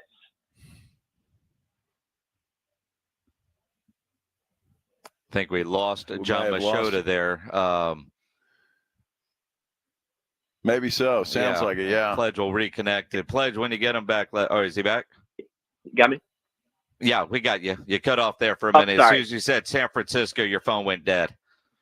Yeah, I think that would be the logical, kind of target where they would possibly return for. I don't think that they're going to want to rush them back on these injuries that could set them back further. And so not great news because after the game, the way DeMarcus and Micah were talking was like, they thought that they could potentially play, this upcoming week in Pittsburgh. And even Mike McCarthy said on this conference call today that, the results they got back today were worse than what they were anticipating. So I don't think that these are going to be 6-8 week injuries, but it sounds like a few weeks. Well, John, so what happens now? Who steps in for those two guys? Because I'm trying to look at the depth chart. I guess Marshawn Nealon is one, and is it Golston, the other guy? Are they expected to step in for those two guys? Yeah, those two, and then Carl Lawson, who's been playing a little bit the last couple of weeks. I think he's going to have to get more opportunities as well. So, yeah, those, and then I wouldn't be surprised if they add somebody. But it's not going to, I don't see them adding someone that is of note that, making a trade. To be honest with you, if they were to make a trade for a player, it would make me think that the injury, what they're hearing on it might even be worse. It just doesn't seem like that's a move that they would make, especially if it is hey, let's do the next 2 weeks without them, got the bye week, come back against San Francisco. But if they make a notable move and trade like a 5th or 6th round pick for somebody, that makes me think that one of these guys is out for an extended period of time. So we'll see what happens with that. I don't think that that's the plan as of right now, but I would say this morning I didn't think the plan was that these guys would be missing multiple games either. John Maota from The Athletic joining us here on the Blitz. Let's look at and talk about the game last night. Obviously, you get the win. It just wasn't as pretty as I think a lot of people thought. Defense gave up field goals, not touchdowns, 26 rushing yards on 24 attempts, yet it was the Giants. So should we give them more credit for vastly improved run defense, or do you go, well, it was the Giants? I mean, there was multiple times last night when I was watching that game that I was saying, well, it is the Giants. And the reason I say that is because there were things that they did in that game where I was like, well, if they're playing a better team, they're losing right now. I'm not saying they're getting blown out by like the Ravens or Saints the way they did, but if they're playing a better team, there's a decent chance they could have lost that game. And so you have to factor the Giants in there. You have to factor in Brian Dable. You have to factor in Daniel Jones. I mean, you have to factor in that the Cowboys have owned them for several years now. And so it's obviously better than what the alternative would have been. And if they lost that game, how bad that would have looked and on top of with these injuries and everything. So it at least gets you to 2-2, kind of keeps you on track to maybe be a 9 or 10 win team if things bounce the right way for you. So it keeps you afloat. But no, there's nothing that happened in that game that made me think, oh yeah, no, this team's totally rebounded from the way they played the previous 2 weeks. I mean, the Dak and CD connection looked great early, but then it went away in the second half. And so there's plenty of areas for them to clean up. But I mean, yeah, if you're the Cowboys as the team, you're happy to get a win, go into this a little bit longer off week, not a true bye week. They call it a mini bye, but yeah, you're happy about it. But if for fans or analysts or reporters, whatever, I don't know how you watch that game and go, oh, no, they fixed everything. If everything was fixed, they would have blown the doors off that team and won by probably about 35. I found it interesting, and we watched the game, Jason and I, the first half of it on a remote yesterday. But we're talking, and what stood out to me, John, and I think was glaring, were the missed tackles. So many times it extended Giants drives, and the time of possession that the Giants were able to. They almost doubled the Cowboys, I think, in time of possession. That's concerning. It is concerning, especially some of those missed tackles by their starting safeties. It is concerning.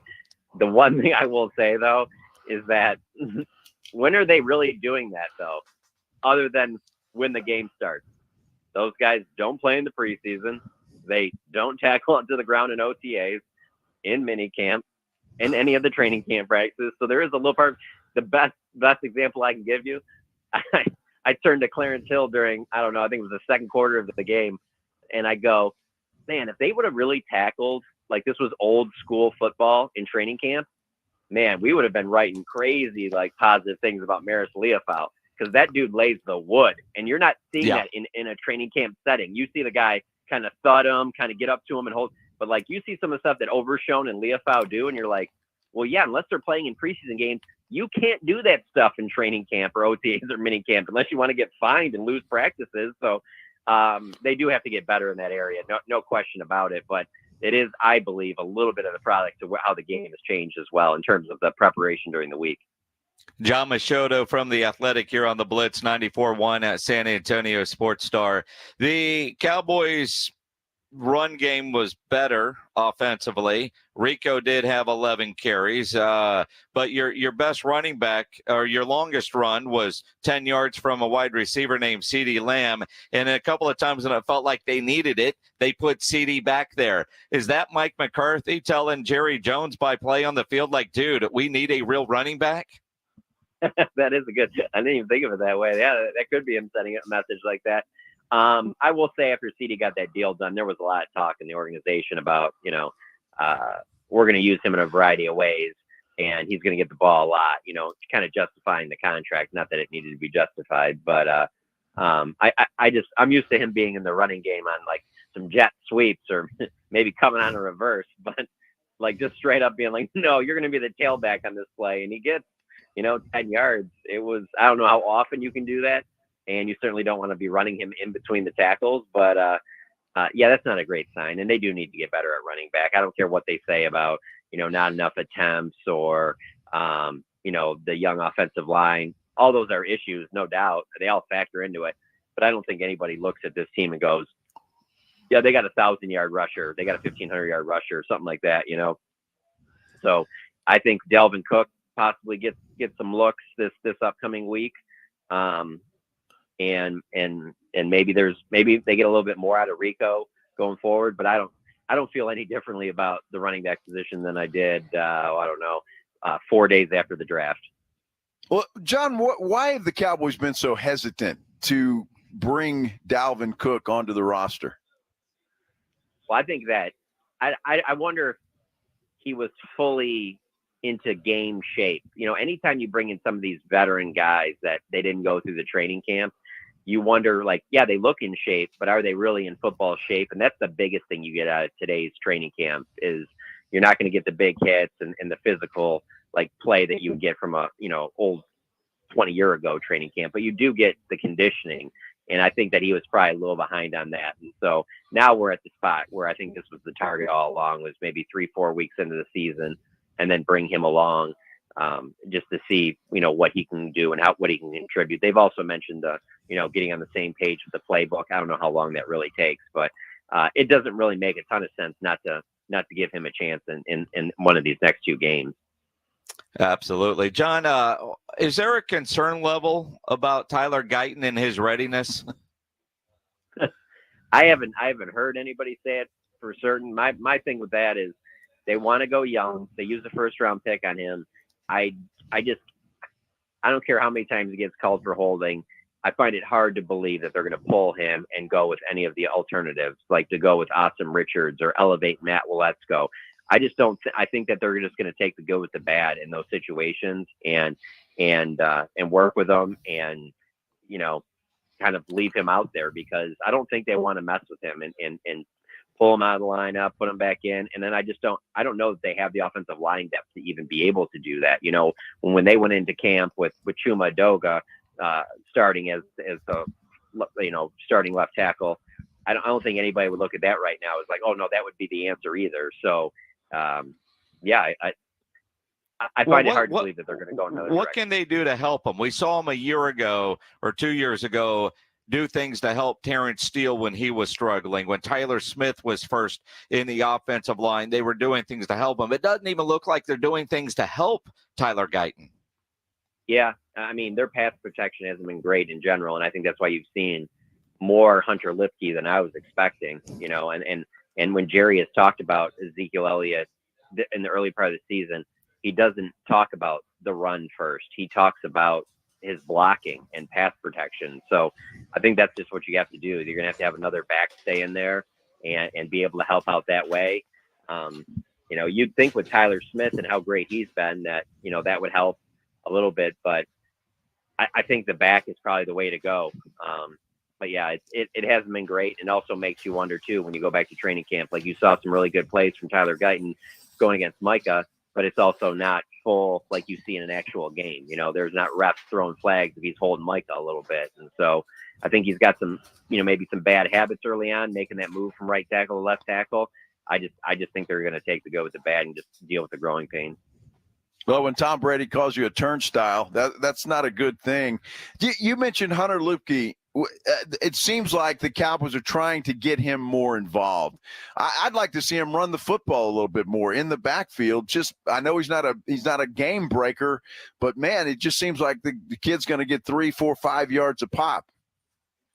Yeah, he's really emerged because if not only as a blocker, but he's been a sure-handed pass catcher, and also in some tough situations. Like Dak's trusted him in some tight window throws. That kind of surprised me because we didn't really see a ton of that in training camp. And so I think a lot of what you're seeing from Hunter Lipke out there is that when he's gone out there and they've called his number, he's delivered. And so there's a trust there with Dak. There's a trust there with Mike McCarthy. There's a trust there with the offense in general. And so, I think he's a major part of the offense going forward. So yeah, if you want to see him get some carries, I don't think that's out of the realm of possibility going forward. He seems to be one of those guys. If you were to rank the entire roster right now, he would probably be the highest out of people that I wouldn't have had ranked that high coming into the season. Like he he has exceeded expectations up to this point. And so, yeah, I wouldn't be surprised if he gets more touches. You know, it's funny because Dak compared him to Mike Allstott last night, and I watched him, and I was thinking he reminded me of Blake Bell when he was at Oklahoma, not with Cowboys, but, you know, just that versatile utility guy that you can rely on. And, man, the Cowboys need somebody like that. They do, and, I mean, just the trust they put in him on that 4th and 1 on, I think it was their 3rd series. It's the play right before they go to the 55-yarder to CD.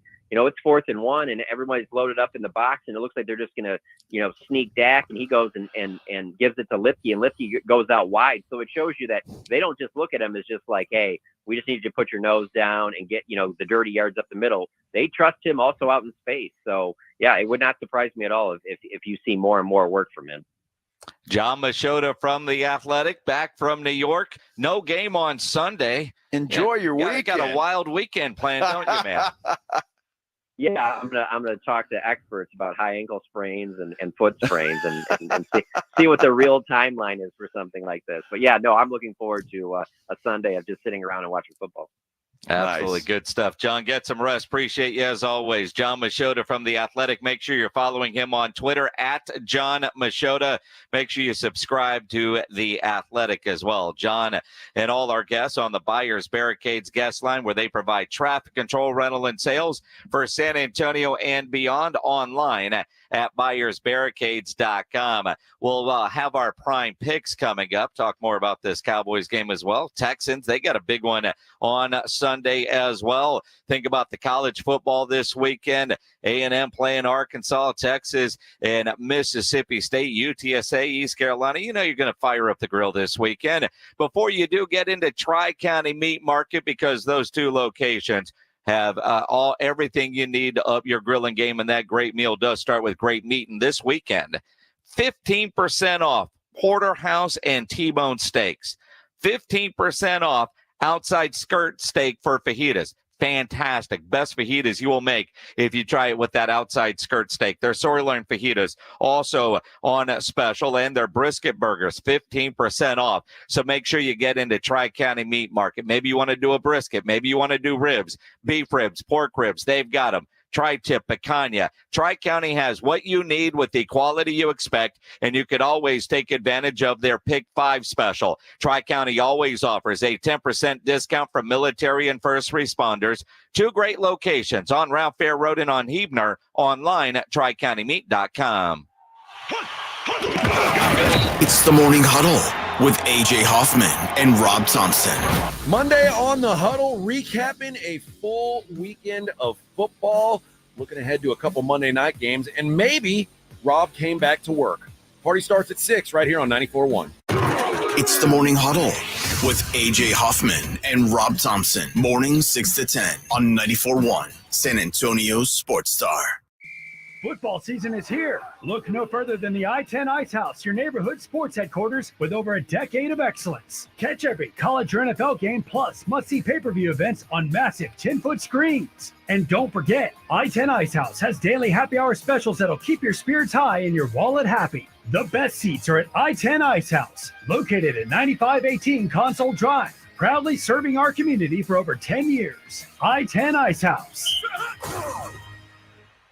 TSAOG Orthopedics and Spine is excited to announce a partnership that is revolutionizing access to care for orthopedic patients. The HURT app provides free 24/7 access to orthopedic expertise. HURT is the app to have before you need it. Don't wait for an injury to happen. Download HURT now for free, fast virtual access to orthopedic specialists. The HURT app is available online in the App Store and Google Play. Learn more about the HURT app and the OrthoNow Injury Clinic at TSAOG.com. Hello, my name is Jason Thompson. I'm an attorney here in San Antonio, and since 1994, I've been representing people and families seriously injured by negligent drivers. Recently, we've all seen advertisements from attorneys here in San Antonio saying their firm does not get paid an attorney fee unless there's a recovery. And maybe you've heard, we don't get paid unless you get paid, or words to that effect. Well, that is what I've been doing for more than 30 years. I honestly did not know that there were attorneys in San Antonio that would represent an injured client and charge a fee if there was no recovery. You see,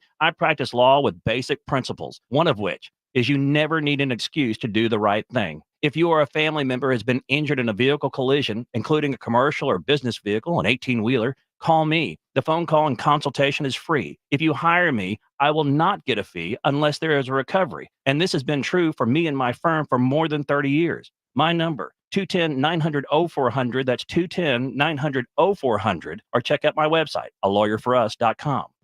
Meet Cheryl. Hey. She's on vacation and lost in the moment. Unfortunately, so is her Chase debit card. It's got to be somewhere. Maybe she lost it at salsa night. These skirts should have pockets. Or maybe she lost it at Pilates. 3 and 2 and... But she's not worried. With the Chase mobile app, she can lock her card till it turns up. Tools that help protect. One bank that puts you in control. Visit chase.com/checking. Chase, make more of what's yours. Chase mobile app is available for select mobile devices. Message and data rates may apply. JP Morgan Chase Bank, N.A. member FDIC. Thanks for calling Discover. This is Diego. Hi, Diego. It's Jennifer Coolidge. I just want to say your cashback match makes me feel so special. It really inspired me. That's great. Doubling the cashback you've earned at the end of your first year is what we do. Well, I'm doubling everything now. Double dating, double dipping, double feature, double header, double whammy. Basically double or nothing. You earn, we match. Discover Cashback Match. See terms at discover.com/creditcard. Football is back, and what better way to celebrate than winning some cash with Sleeper Picks? Sleeper Picks is a fantasy game, but you could win real money. Just pick more or less on at least 2 player stats. If your picks are right, you win. You could pick up to 8 players to win up to 100 times your money. And Sleeper has a couple huge offers to kickstart the football season. For new users, Sleeper will match your first deposit with up to $100 credit to your account. If you've already played, Sleeper's got discounted player projections for you every week of the season. So download the Sleeper app now and use promo code BLOCK, and your first deposit will be doubled with a credit up to $100. What are you waiting for? Download Sleeper today and use code BLOCK for a credit up to $100 match on your first deposit. That's code BLOCK. Must be 18 years in most states and in state where it is legal. Promo code and other restrictions apply. Visit sleeper.com. Please wager responsibly. Gambling problem? Call 1-800-426-2537 for help. Paid for by Blitz Studios. Football season is here, and I-10 Ice House has your favorite matchup on massive 10-foot screens and daily happy hour specials that'll keep your spirits high and your wallet happy. The best seats are at I-10 Ice House on 9518 Console Drive. What's on? 94.1 San Antonio Sports Star, South Texas home of the NFL. Monday night, Thursday night, and Sunday night football. Presented locally by Flight by Yingling, the next generation of light beer. 94.1 San Antonio Sports Star. It is the Blitz here on 94.1 at San Antonio Sports Star. If you're watching on YouTube, appreciate it. Subscribe to the San Antonio Sports Star YouTube channel. Make sure you're following us on the socials as well. At Joe Reinagel 210, at Jason Minnix, the station at SA Sports Star, especially on Instagram. Follow at SA Sports Star. I've got a video up asking how you're feeling, Cowboy fans, after the game last night. Go in there, comment. And apparently we do a lot of giveaways on Instagram. Yes, we do. And it's sometimes they don't even tell us what they are. They're just all of a sudden like, we'll get an email from the social team that says, hey, so-and-so did this, and congratulate them. What'd they do? Oh, they won Cowboy tickets. Oh, wow. Cool. Yeah. How about that? Yeah. Yeah, we just randomly will do things there on Instagram, and I might not even know about it. So get on there and give us a follow, will you please? Please do. Do it. Please do. Speaking of winning stuff, you can register to win Cowboys Lions tickets at sasportstar.com. All you got to do is just go enter. 2 tickets and a parking pass. Wow. That's pretty cool. How about that guy last night at Perry's Pizza that won the tickets and then the Bill Bates tailgate party tickets as well? He was thrilled. Dude was so excited. And, I loved it. At one point I got up and I was walking to the restroom, and he was listening online, not watching on YouTube, but listening online. And there's about a 1.5 minute delay. And he sees me walking up and introduces himself. And it was like, how are you talking right now and standing right here? And I think he was a little freaked out by that. I bet he was. I think he didn't realize there was that much of a delay online. Well, there is, and but man, there's so many nice people that came out that are listeners, regular listeners to the show last night. That was a lot of fun, and I was happy this guy won, Iraqi veteran. Yes, and just a nice guy, and he was just thrilled. He was. Well, to get those the tickets to the game and the Bill Bates tailgate party. The tailgate party is awesome. Tickets to the game, and it's always a fun time, even if the outcome of the game isn't. And that's one thing that going to a game is just a blast. So go get registered, try to win. Make sure you get your picks in for the Pro Football Pick'em Challenge. Again, weekly winners get that $25 gift card to Mellow Mushroom. At the end of the year, the local grand prize winner will get $1,000 worth of tickets from Awesome Tickets. I think most everybody's 1-0 right now to start the week because I think everybody picked the Cowboys to win that game last night. Just some of us were smart enough to know that the Giants weren't, that the Cowboys weren't going to cover the spread. Yeah. So I'm just saying, some of us were smart enough to take the Cowboys to win the game, but the Giants to cover. You were sweating your... You're damn right I was. And when Aubrey went out there to kick the field goal, you knew you lost. I already had the money out of my pocket, ready to hand it over. Yeah. And he missed. He missed. Dude, I can't remember the last time I've seen that guy miss. It's been a while. But it's the announcer jinx that I don't believe in.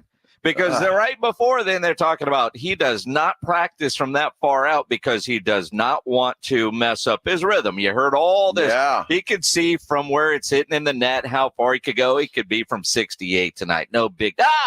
He missed it. Wide right. Well, then they start criticizing Mike McCarthy. Well, I mean, he really probably should have pooch punted that. He should have. Well, he should have, but when you've got a weapon like Aubrey, I don't fault McCarthy for that decision. You say that now. And again, I didn't mind Aubrey going out there, although the right coaching decision would have been to punt it deep and give them a long field. Because when you miss a field goal from there, they started the 40-yard line. And we already know he doesn't trust his defense. So, but same thing. Brian Daboll, probably the right thing for him to kick the field goal when he did. 4th and goal from the 3. Dude, you're not expected to win this game. You're an aggressive coach. I was surprised he didn't go for it there. Same kind of thing. I know coaching says, the right thing to do is probably take the points there. But I'm an aggressive coach. Let's go for it. If not, you got Dak Prescott and that offense has to go 97. The way they were playing, that wasn't going to happen. That's why those guys make the big bucks and we talk about it. But you know what, Brian Daboll, what do you have to lose at that point in time? I mean, I would have more, if I'm a Giants fan, more respect for that head coach if it at least is aggressive and tries to win the game instead of, just kicking another field goal. Maybe they make it, maybe they don't. And if you go for it, you score there, could have changed the entire game. Again, he went for it on 4th down a couple of times. Yeah, he did. And pretty good. Poor tackling. He got a couple of those. Yeah, he did. So, I don't know. Can't believe Brandon Aubrey missed. I can't either, but I love him. I will say you're on a bit of a roll right now. You're on what they call a heater right now after what you did last week and last night. Let's talk about it. It's time for Prime Picks. Prime Picks on the Blitz. Old Joe Reinagel in our Prime Picks last week went 8-2. Both Pledge and myself went 5-5 with Reinagel having an 8-2 week. He's still in dead last in our competition, but he's close to me. Overall, 26-14. I'm 27-13. Pledge 31-9. Wow. He had more losses last week than the rest of this season combined. Let's see who gets back on track. Georgia, Alabama. The biggest game that doesn't mean anything anymore because of the 12-team playoff. I like Alabama at home. I want Georgia to win. I'm rooting for Georgia. I just think Alabama's too tough. Look, until somebody knocks off Georgia, then I'm going with the Bulldogs. I think Kirby Smart wants this game more than anybody, just because he wants to shake off that Alabama jinx or whatever you want to call it. And Alabama basically knocked him out of the playoffs last year. So I like Georgia to go in there and say, hey, we're Georgia and we're the best team in the country. Yeah, I'm going with Alabama. Not only is it home, but Jalen Milroe, man, he is playing at a different level this year, and I really like the way Milroe's playing. All right. Notre Dame against Louisville. I'm just showing my Notre Dame hate here. Here's the thing. I heard the Louisville coach on with Jim Rome, and I'm taking Notre Dame. Why? What'd he say? We don't have a chance? No, I mean, he says all the right things. Rome is hyping him up, and I think Notre Dame. I wish they had Lamar Jackson back for this game. That would be nice. But, I'm going with Louisville. I know it's a road game, but we've seen that Notre Dame can be vulnerable at home, Northern Illinois. I'm going with the Cards. I'm also going to go with the Cards. They've been putting up a lot of points this year, and I just don't fully trust that Notre Dame team. They have not proven anything to me this year that says that they can beat a formidable opponent. Well, you said formidable. I think that's the key word there. I like the Notre Dame defense. I don't trust the Notre Dame offense. Oklahoma State against Kansas State, one of the marquee Big 12 matchups because, well, there's not a lot left in the Big 12. There's not a lot left in the Big 12. I'm the only one going with the Cowboys here, huh? Are you? I am. Okay, State. Mike Gundy, he's a man. He's 40. Not anymore. And he's coaching like an old man. Look, I like Oklahoma State. They just always disappoint. I really like what Kansas State has done to this point. That is a damn good football team. They'll beat the Mullet. Yeah, I like Kansas State, too. I think they've been playing better football, and I don't trust Alan Bowman, speaking of quarterbacks. He's only a ninth-year senior. I mean, sure. You know, A&M against Arkansas, a game at Jerry World that you can listen to tomorrow here on 94.1 San Antonio Sports Star. Pregame at 1:30, kick at 2:30, brought to you by the Angry Elephant and Ewald Kubota. All of us are taking A&M. That is a little concerning. Well, it's scary because, this game I think could go either way. And we talked about it with Andrew Monaco earlier in the show. It's going to be a physical game. Whoever's the more physical team wins. I'm hopeful that that's A&M. When I look at what worries me is who's going to be quarterback for A&M. And I did watch some of the Arkansas-Auburn game. They've got a good dual-threat quarterback. I'm not really worried about his arm, but his legs. Last week's A&M game was disappointing because I think a lot of us thought, well, they should win this game, 40-3. They should have. and it was a tight game. But I think a game like that with a win will help Reed. I'm expecting him to get the start. It's strength on strength. It is. Texas A&M runs the ball really well. Arkansas defends the run very well. It's a coin flip, and my coin landed A&M.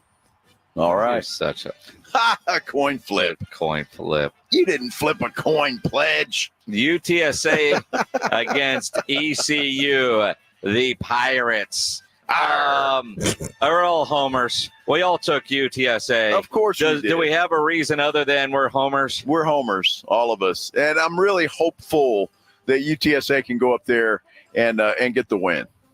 We're really hopeful. Yeah, I think hopeful is the right way to put it. I was hopeful that last week was a get-right game for them, and they've worked out their kinks. Let's hope so. NFL, Saints and Falcons. I like New Orleans in this game when we filled these out this morning, but seeing that I got time to change this. No, right? You can't change it. Why can't it's written? Dude, why can't he change it? It's already written. It's bad luck to change it. I am. Because if Alvin Kamara doesn't play and Olave doesn't play, New Orleans has no chance.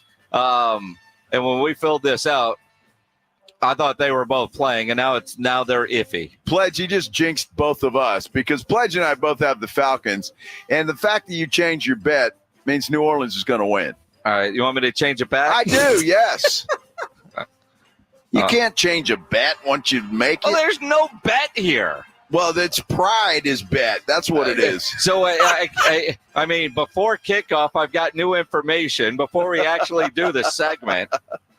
Yeah, but we have to pretend like the game's about to kick off in 5 minutes. Yeah, well, it's not, and I can't. I don't trust Kirk Cousins anyway. Go Saints. I got to check on Bijan. Wasn't he kind of dinged up a little bit? Yeah, he's fine. He's fine. He's young. I tell you what, both of you boys are taking the Eagles. I'm taking Tampa Bay. Buccaneers rebound after that embarrassment last week, losing to the crappy Denver Broncos. See, here's your problem is that you bought into this whole Baker Mayfield story. He's rejuvenated himself. He's Baker Mayfield. He'll remember that. And the Eagles, they go down and win this thing, although they're banged up at wide receiver. Yeah, they are. Both teams are banged up. Yeah, well, don't try to change now. That's not allowed. Dude, I'm not changing. I'm going with Philadelphia all the way. I'm going to run with Philly, too, mainly because of Saquon Barkley. I think that they're going to be able to run on Tampa just the way that the Broncos did last week. Bills and Ravens, probably the best game of the weekend matchup-wise. I like the Bills. Man, I just like the way they're playing. You know, without Diggs, it's a different Josh Allen. They're playing great defense. Watching Baltimore, the way they kicked the crap out of Dallas for 3 quarters last week, they're not going to be able to do that to Buffalo. And seeing as how Baltimore continues the struggle closing games, if it comes down to who's going to make a late drive, it's going to be Josh Allen. I like Buffalo. It's a scary game and really a toss-up here, but I'm going with Baltimore just because I think I like Derrick Henry. I like the way he ran the ball last week against Dallas, although Buffalo's run defense is much better. And Lamar Jackson's always there, and they're at home. So I like the Ravens at home. Green Bay against Minnesota. And Pledge like the Bills too, by the way. Oh, yeah. Sorry, Pledge. Go ahead. Give us your reasoning on the Bills. Josh Allen's just playing at an MVP level, and I think the Bills are the best team in football right now. All right, Bills and Ravens. Let's go Green Bay, Minnesota. We're running out of time on the show. I know. Green Bay and Minnesota. Still no official word on Jordan Love.